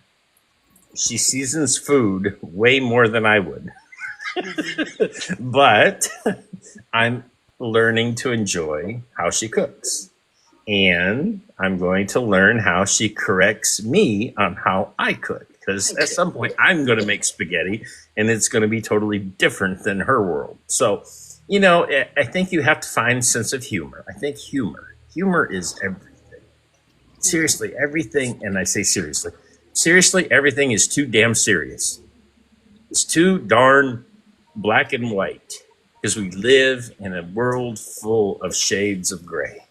Mm. So true. We really I do. love that. Can I chime in, Brad? Absolutely. Thank you for Can you all turn the me volume? follows and thank you for everybody liking the live. Can I chime in for a moment? I'm listening. We're listening. Okay. You mentioned cooking. I'm in chapter 2 of my life with the beautiful woman sitting right above you, right next to your baby. She cooks very well, and I cook. And I cook, not to toot my own horn, very well myself. She has a different way of making pasta. Now, mind you, I'm Italian and Puerto Rican, and I sometimes Hey, lose my mind when it makes her pasta. But she'll break up pasta, she'll throw it in a Ray, I crock can pot. hardly hear you. She'll make her pasta, break it up, throw it in the crock pot, throw some sauce on it, and cook it that way. Sometimes I can't cook it like that. I gotta boil the water. First I gotta make the sauce, heat up the sauce properly, add seasonings to the sauce, add meat to the sauce, and then I cook the pasta. And then I put the pasta on a plate, pour the sauce over it, and then serve it. I think he's He cooking doesn't do it that now. way. Is using a crock pot wrong? Hell With no. certain dishes, Asking with for a certain dishes, friend. I use the crock pot all the time. We listen and we don't judge. Oh, because the man I'm going on a date with is half Sicilian, so I need to know these things. Just put the pasta in at the very end. That's my only advice. Just show him the completed dish. You don't need to know what happened Don't put it in everywhere. there the whole time. You just Well, want to and make for the sure it love has like 15 actually, minutes to cook in there. I'm not doing and wife for the things love of anyway, God, so and for for the love of God, do not use canned sauce. Please, for Hunt's the canned love of sauce is God, good. Garlic and herb. I use it. Do Brad, not that's what use I used canned last sauce. night. You didn't like it? Okay, Canned sauce. so Ray and Brad, what does it look like to you dating somebody and they're like doing a lot of wifey stuff? Is that off-putting for you or is that welcoming? Regina, we need to see your face. Can you get can you turn your camera on, Well, please? I'll let her answer that portion, and No, I'm no, gonna no. mute You two, myself. no, no. The Thank wifey you. question to the guys. What do you think about the wifey activity too soon in a relationship? I'm not gonna lie, I love it Okay. because she does wifey stuff for me, and I try to do husband stuff for her. Uh, I'm more attentive of asking you when she's cleaning up, what do you need me to do? And she'll look at me. No. Ray, you guys are She'll go, together. I'm talking about like in the very beginning of dating. Like you two are cohabitating. You are engaged. I'm talking like you first start dating. Are It y'all looks like engaged? I didn't know that. Congratulations. thank I you. didn't know that. that kind of Um, stuff. well, for us, we dated on TikTok. We moved in together, and then a couple of months later, we got engaged. I gave up my job in Florida to move here to help her, to be with her, and it was a little slow, but I finally got a job, and I finally got my shit together, and I'm doing what needs to be done. Would you agree? So So you for us, wanted the wifey type experience very quickly. I think it was just the roles we fell into, being Hey, so used to sunshine. them. Okay. Would you agree? Okay. How about you, Brad? Thank you, Ray. Heather would attest to the fact that I do not ask for her help or do much to allow it right now, because part of my process right now is I'm trying to realign life. Mm. It's been about 2 years since my wife passed away, and there's a lot of things that I had very much a problem with. And I'm the kind of person that says I'm not about to bring my baggage onto somebody else. Okay. And so I've been her difficult, and she will tell you and attest to the fact that I am labeled as such, and I am. The times that I've gotten or allowed or watched her take control and just do, I can't complain. I can't. I mean, it's something I would love to have lived in much earlier. Okay. But truth is, it's where we find our zone. She absolutely fortifies me in ways that I am grateful for and very much admiring. Mm. And she does it necessarily without my permission, which most times is good, sometimes is irritating, but it's okay. Just, I mean, that's the whole thing. I mean, everything about life. I mean, everybody's, journeys is so unique. That's why I get so aggravated with these self-help books and things, because frankly, they help such a small fraction in totalness. But if everybody would grab from those things the bits and pieces that work for them, amen. Congratulations, and you are now on a path to write a book for another small group, because it matters. It matters. What matters, what I work in a place where we're right outside the 101st Airborne Division of the Army. And Wow, retired Army, 21 years. Fort Bragg, got you. amen. So, the life that you've had and you've lived is sometimes so. And my son is a 4-year veteran of the Marines. I have a sister who was in the Marines, one that was in the Navy, and our dad was in the Air Force.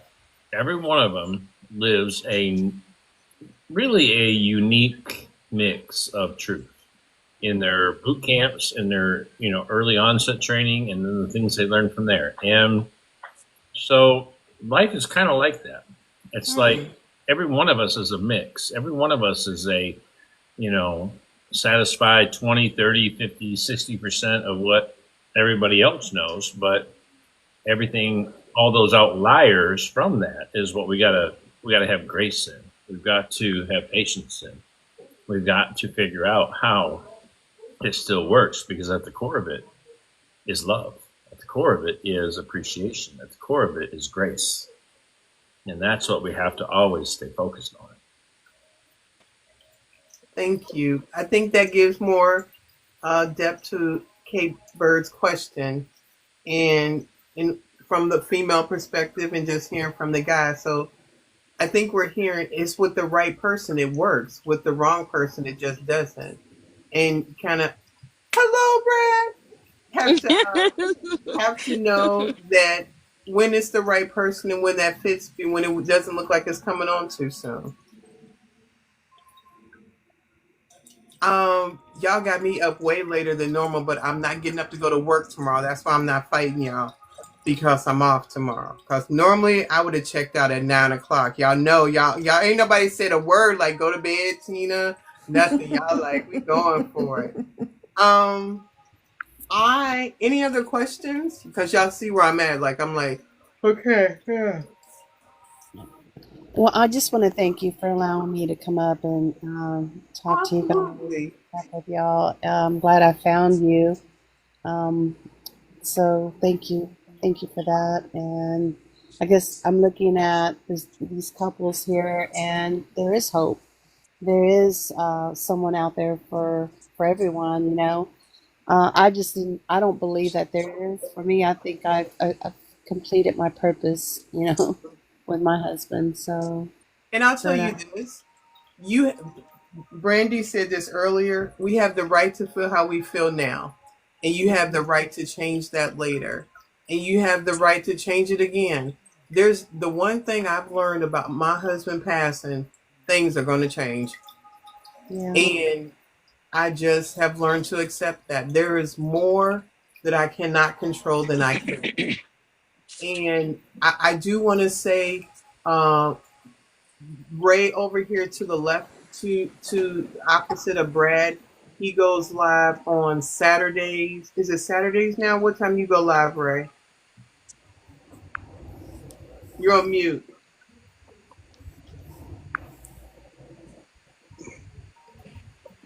Sorry. 9 a.m. Central, 10 a.m. Eastern, and I don't know. I think 6 o'clock Pacific time, whatever that is. And then we have another gentleman that was in here. His name is Trip. And what time is Trip going live? Sunday mornings at 10 o'clock, and his topic is uh, Closet Talk with Trip. That's the name of his live. And so, Uh, I'm going to change the name of my live to the Hourly Fuckery. okay. That was thrown around. I go live every Monday at 7 p.m. Eastern time. What is different about me than most of the people? I literally have a nonprofit called Widowhood Real Talk with Tina. We have a men's only grief support group that is hosted on Zoom.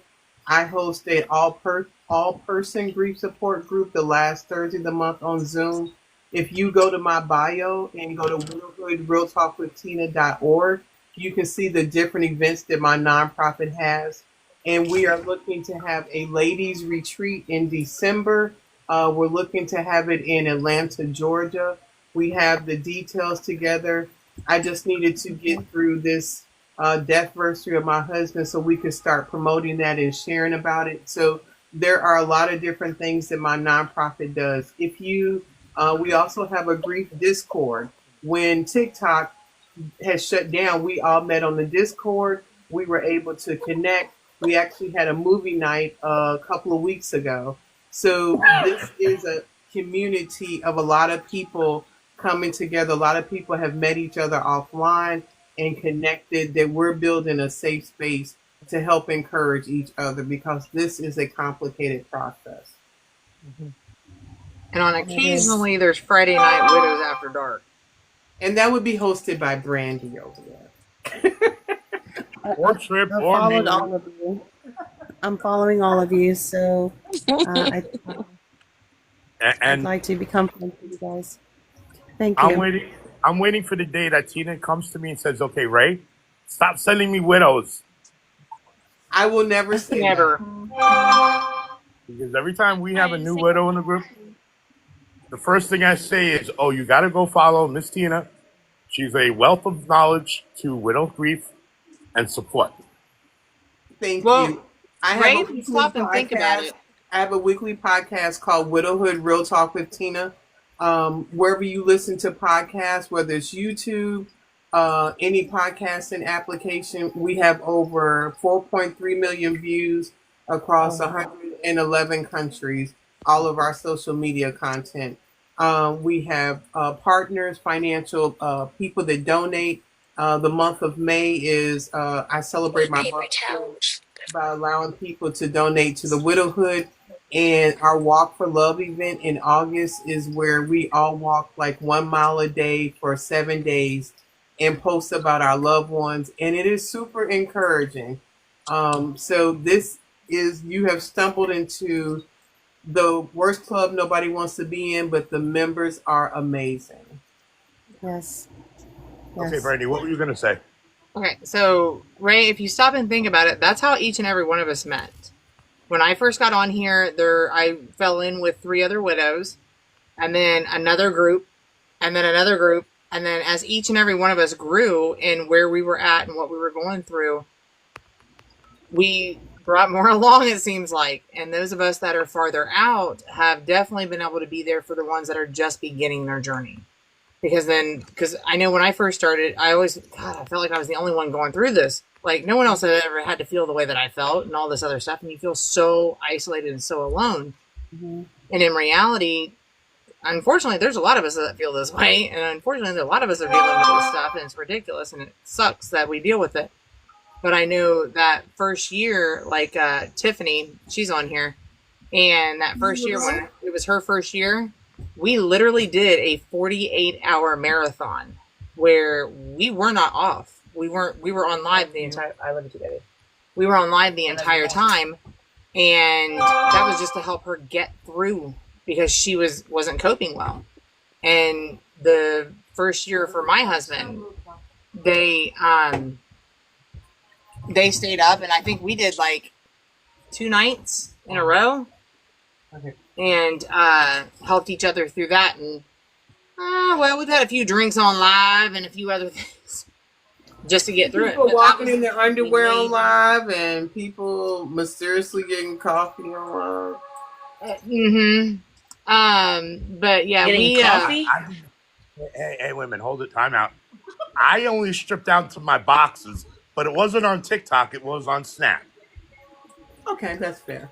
Yeah, we've made our widow tribe, our widow group, and like I like to tell people, whoever you resonate with, regardless of whether it's something that does or doesn't, take what you do resonate with and what you don't, leave the rest behind. Like pick and choose your pieces. Like whatever fits, whatever doesn't. Yep, you may go somebody's live and it doesn't work. Hey, Bird is trying not to let me go to bed. We got another question. Sorry. No, go ahead. Go ahead and you talk. I had asked my question, and then my daughter in college had FaceTimed me about a rash, so I had to deal with that. So the question was, he's the new date is similar age, education, all of the stuff, but he is not an engineer, and I did not want to date another engineer. The mind thought, the thinking, the attachment style was very, very difficult.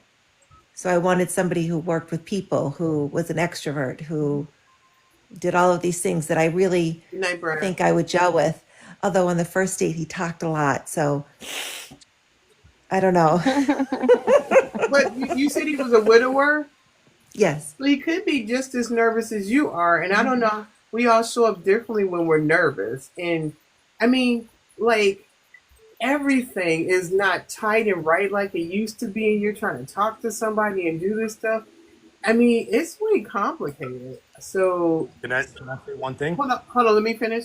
So I wanted to date somebody different than my late husband because I needed to remember in my head they were different. So I'm project manager by trade. So my late husband and I were the same height. I need somebody gonna be 6 foot or taller. I needed that different. My late husband was Caucasian. I wasn't dating any Caucasian guys this time. So I was literally looking for as many differences as I could intentionally have because I didn't want to low key think I was trying to get somebody that looked similar or alike. So for me, I was proactively looking for differences in that. There are some similarities because there's a character of man that I like with strength and some other different things in self assuredness and confidence, and happen to be that both of them hunted. Because But that's what you like. right, but I can relate with that. Can needs to be packaged different because Hmm. I needed that. Ray, Hmm. what did you want to share? And I think Brandy or somebody wanted to say something too. I'm gonna let you in on a little secret. You were nervous at that first date. He was equally nervous. We just don't admit we're nervous outright. I'll tell tales. We talk. We talk excessively at times when we're super nervous. And you mentioned he's Italian, so he probably talked with his hands a little bit. No? Okay, so No. that's a good. He was nervous, but he wasn't that nervous. Uh, Okay, just guys. remember what you're going through and what you're feeling. He's feeling the same thing. Now, I have to ask you a male question. I've heard from other Get back up friends. here. I've heard from other friends who I have a lot of girlfriends who are divorced and dating and date a lot. So there's always the question of, for men in their late 50s and 60s, things work differently. How do you find that out? Or how do you approach the subject without asking too much? Okay. So let me Um, flip in here. When you kissing and bumping and grinding, if it ain't saying hello to you, then you know that ain't working. Like that should be helping you. When you kissing and y'all been bumping and grinding for a little bit and ain't nothing popping up, brother. So my Oh, girlfriends, wait. Keep it my I going. took my Keep going earpiece down out for a the second. road. I don't know what we're talking about now. my friend I'm said to when lost. I kiss him to pull him close, because then you'll know. And I thought it was something, but I'm like, well, it could be his keys, his I phone. know, girl. Honey, You it gonna wasn't his know. keys. It wasn't Lord. his You phone. gonna know. You gonna know. So if we kissing and bumping and grinding for at least a good 5 or 10 minutes I and ain't can't. nothing telling me hello, no. Oh my God. Okay, now we need the male perspective. But go ahead, Ray. But that's just for me. Brad already got off. He escaped. I can't say anymore. You already said everything I could say. But I will tell you that when a man does come to you and say, hey, I am interested, but I do have certain health issues. Sometimes that can be switched around with just depending on the person. That it could just simply be that maybe they had difficulty before. Well, I know Maybe. Yes. his wife was sick for a long time.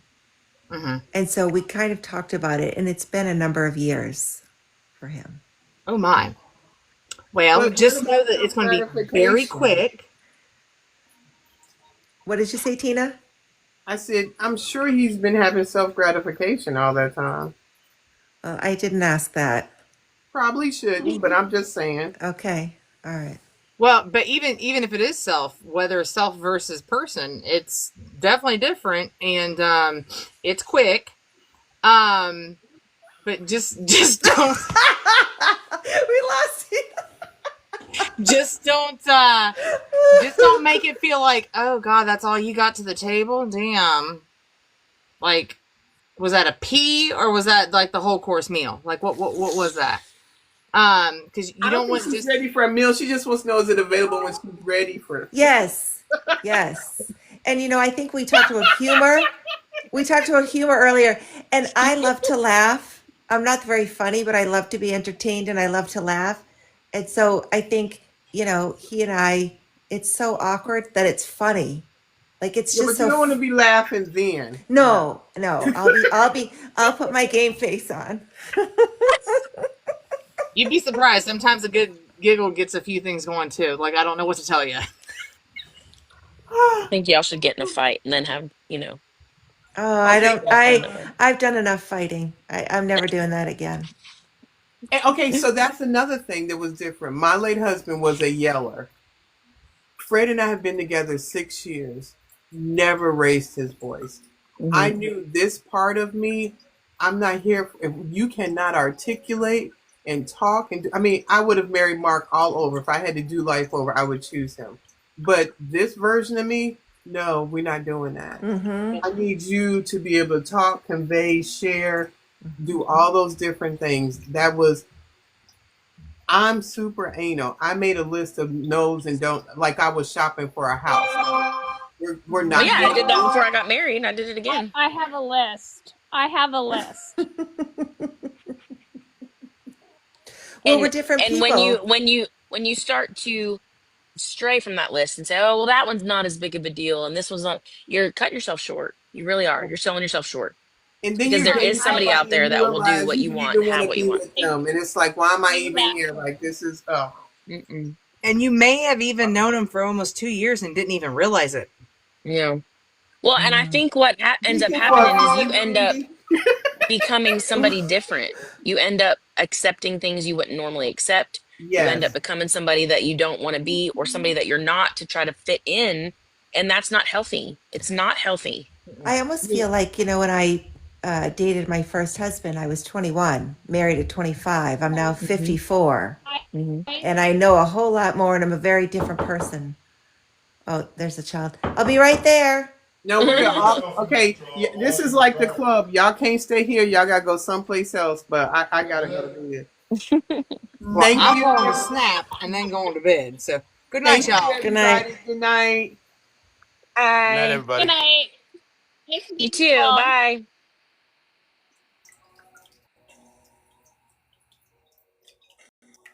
Oh, thank you. I want to say thank you for everybody that showed up tonight. This was the conversation I wanted us to have. I love when everybody comes up and we share from different perspectives. You guys have a good evening. Bye bye.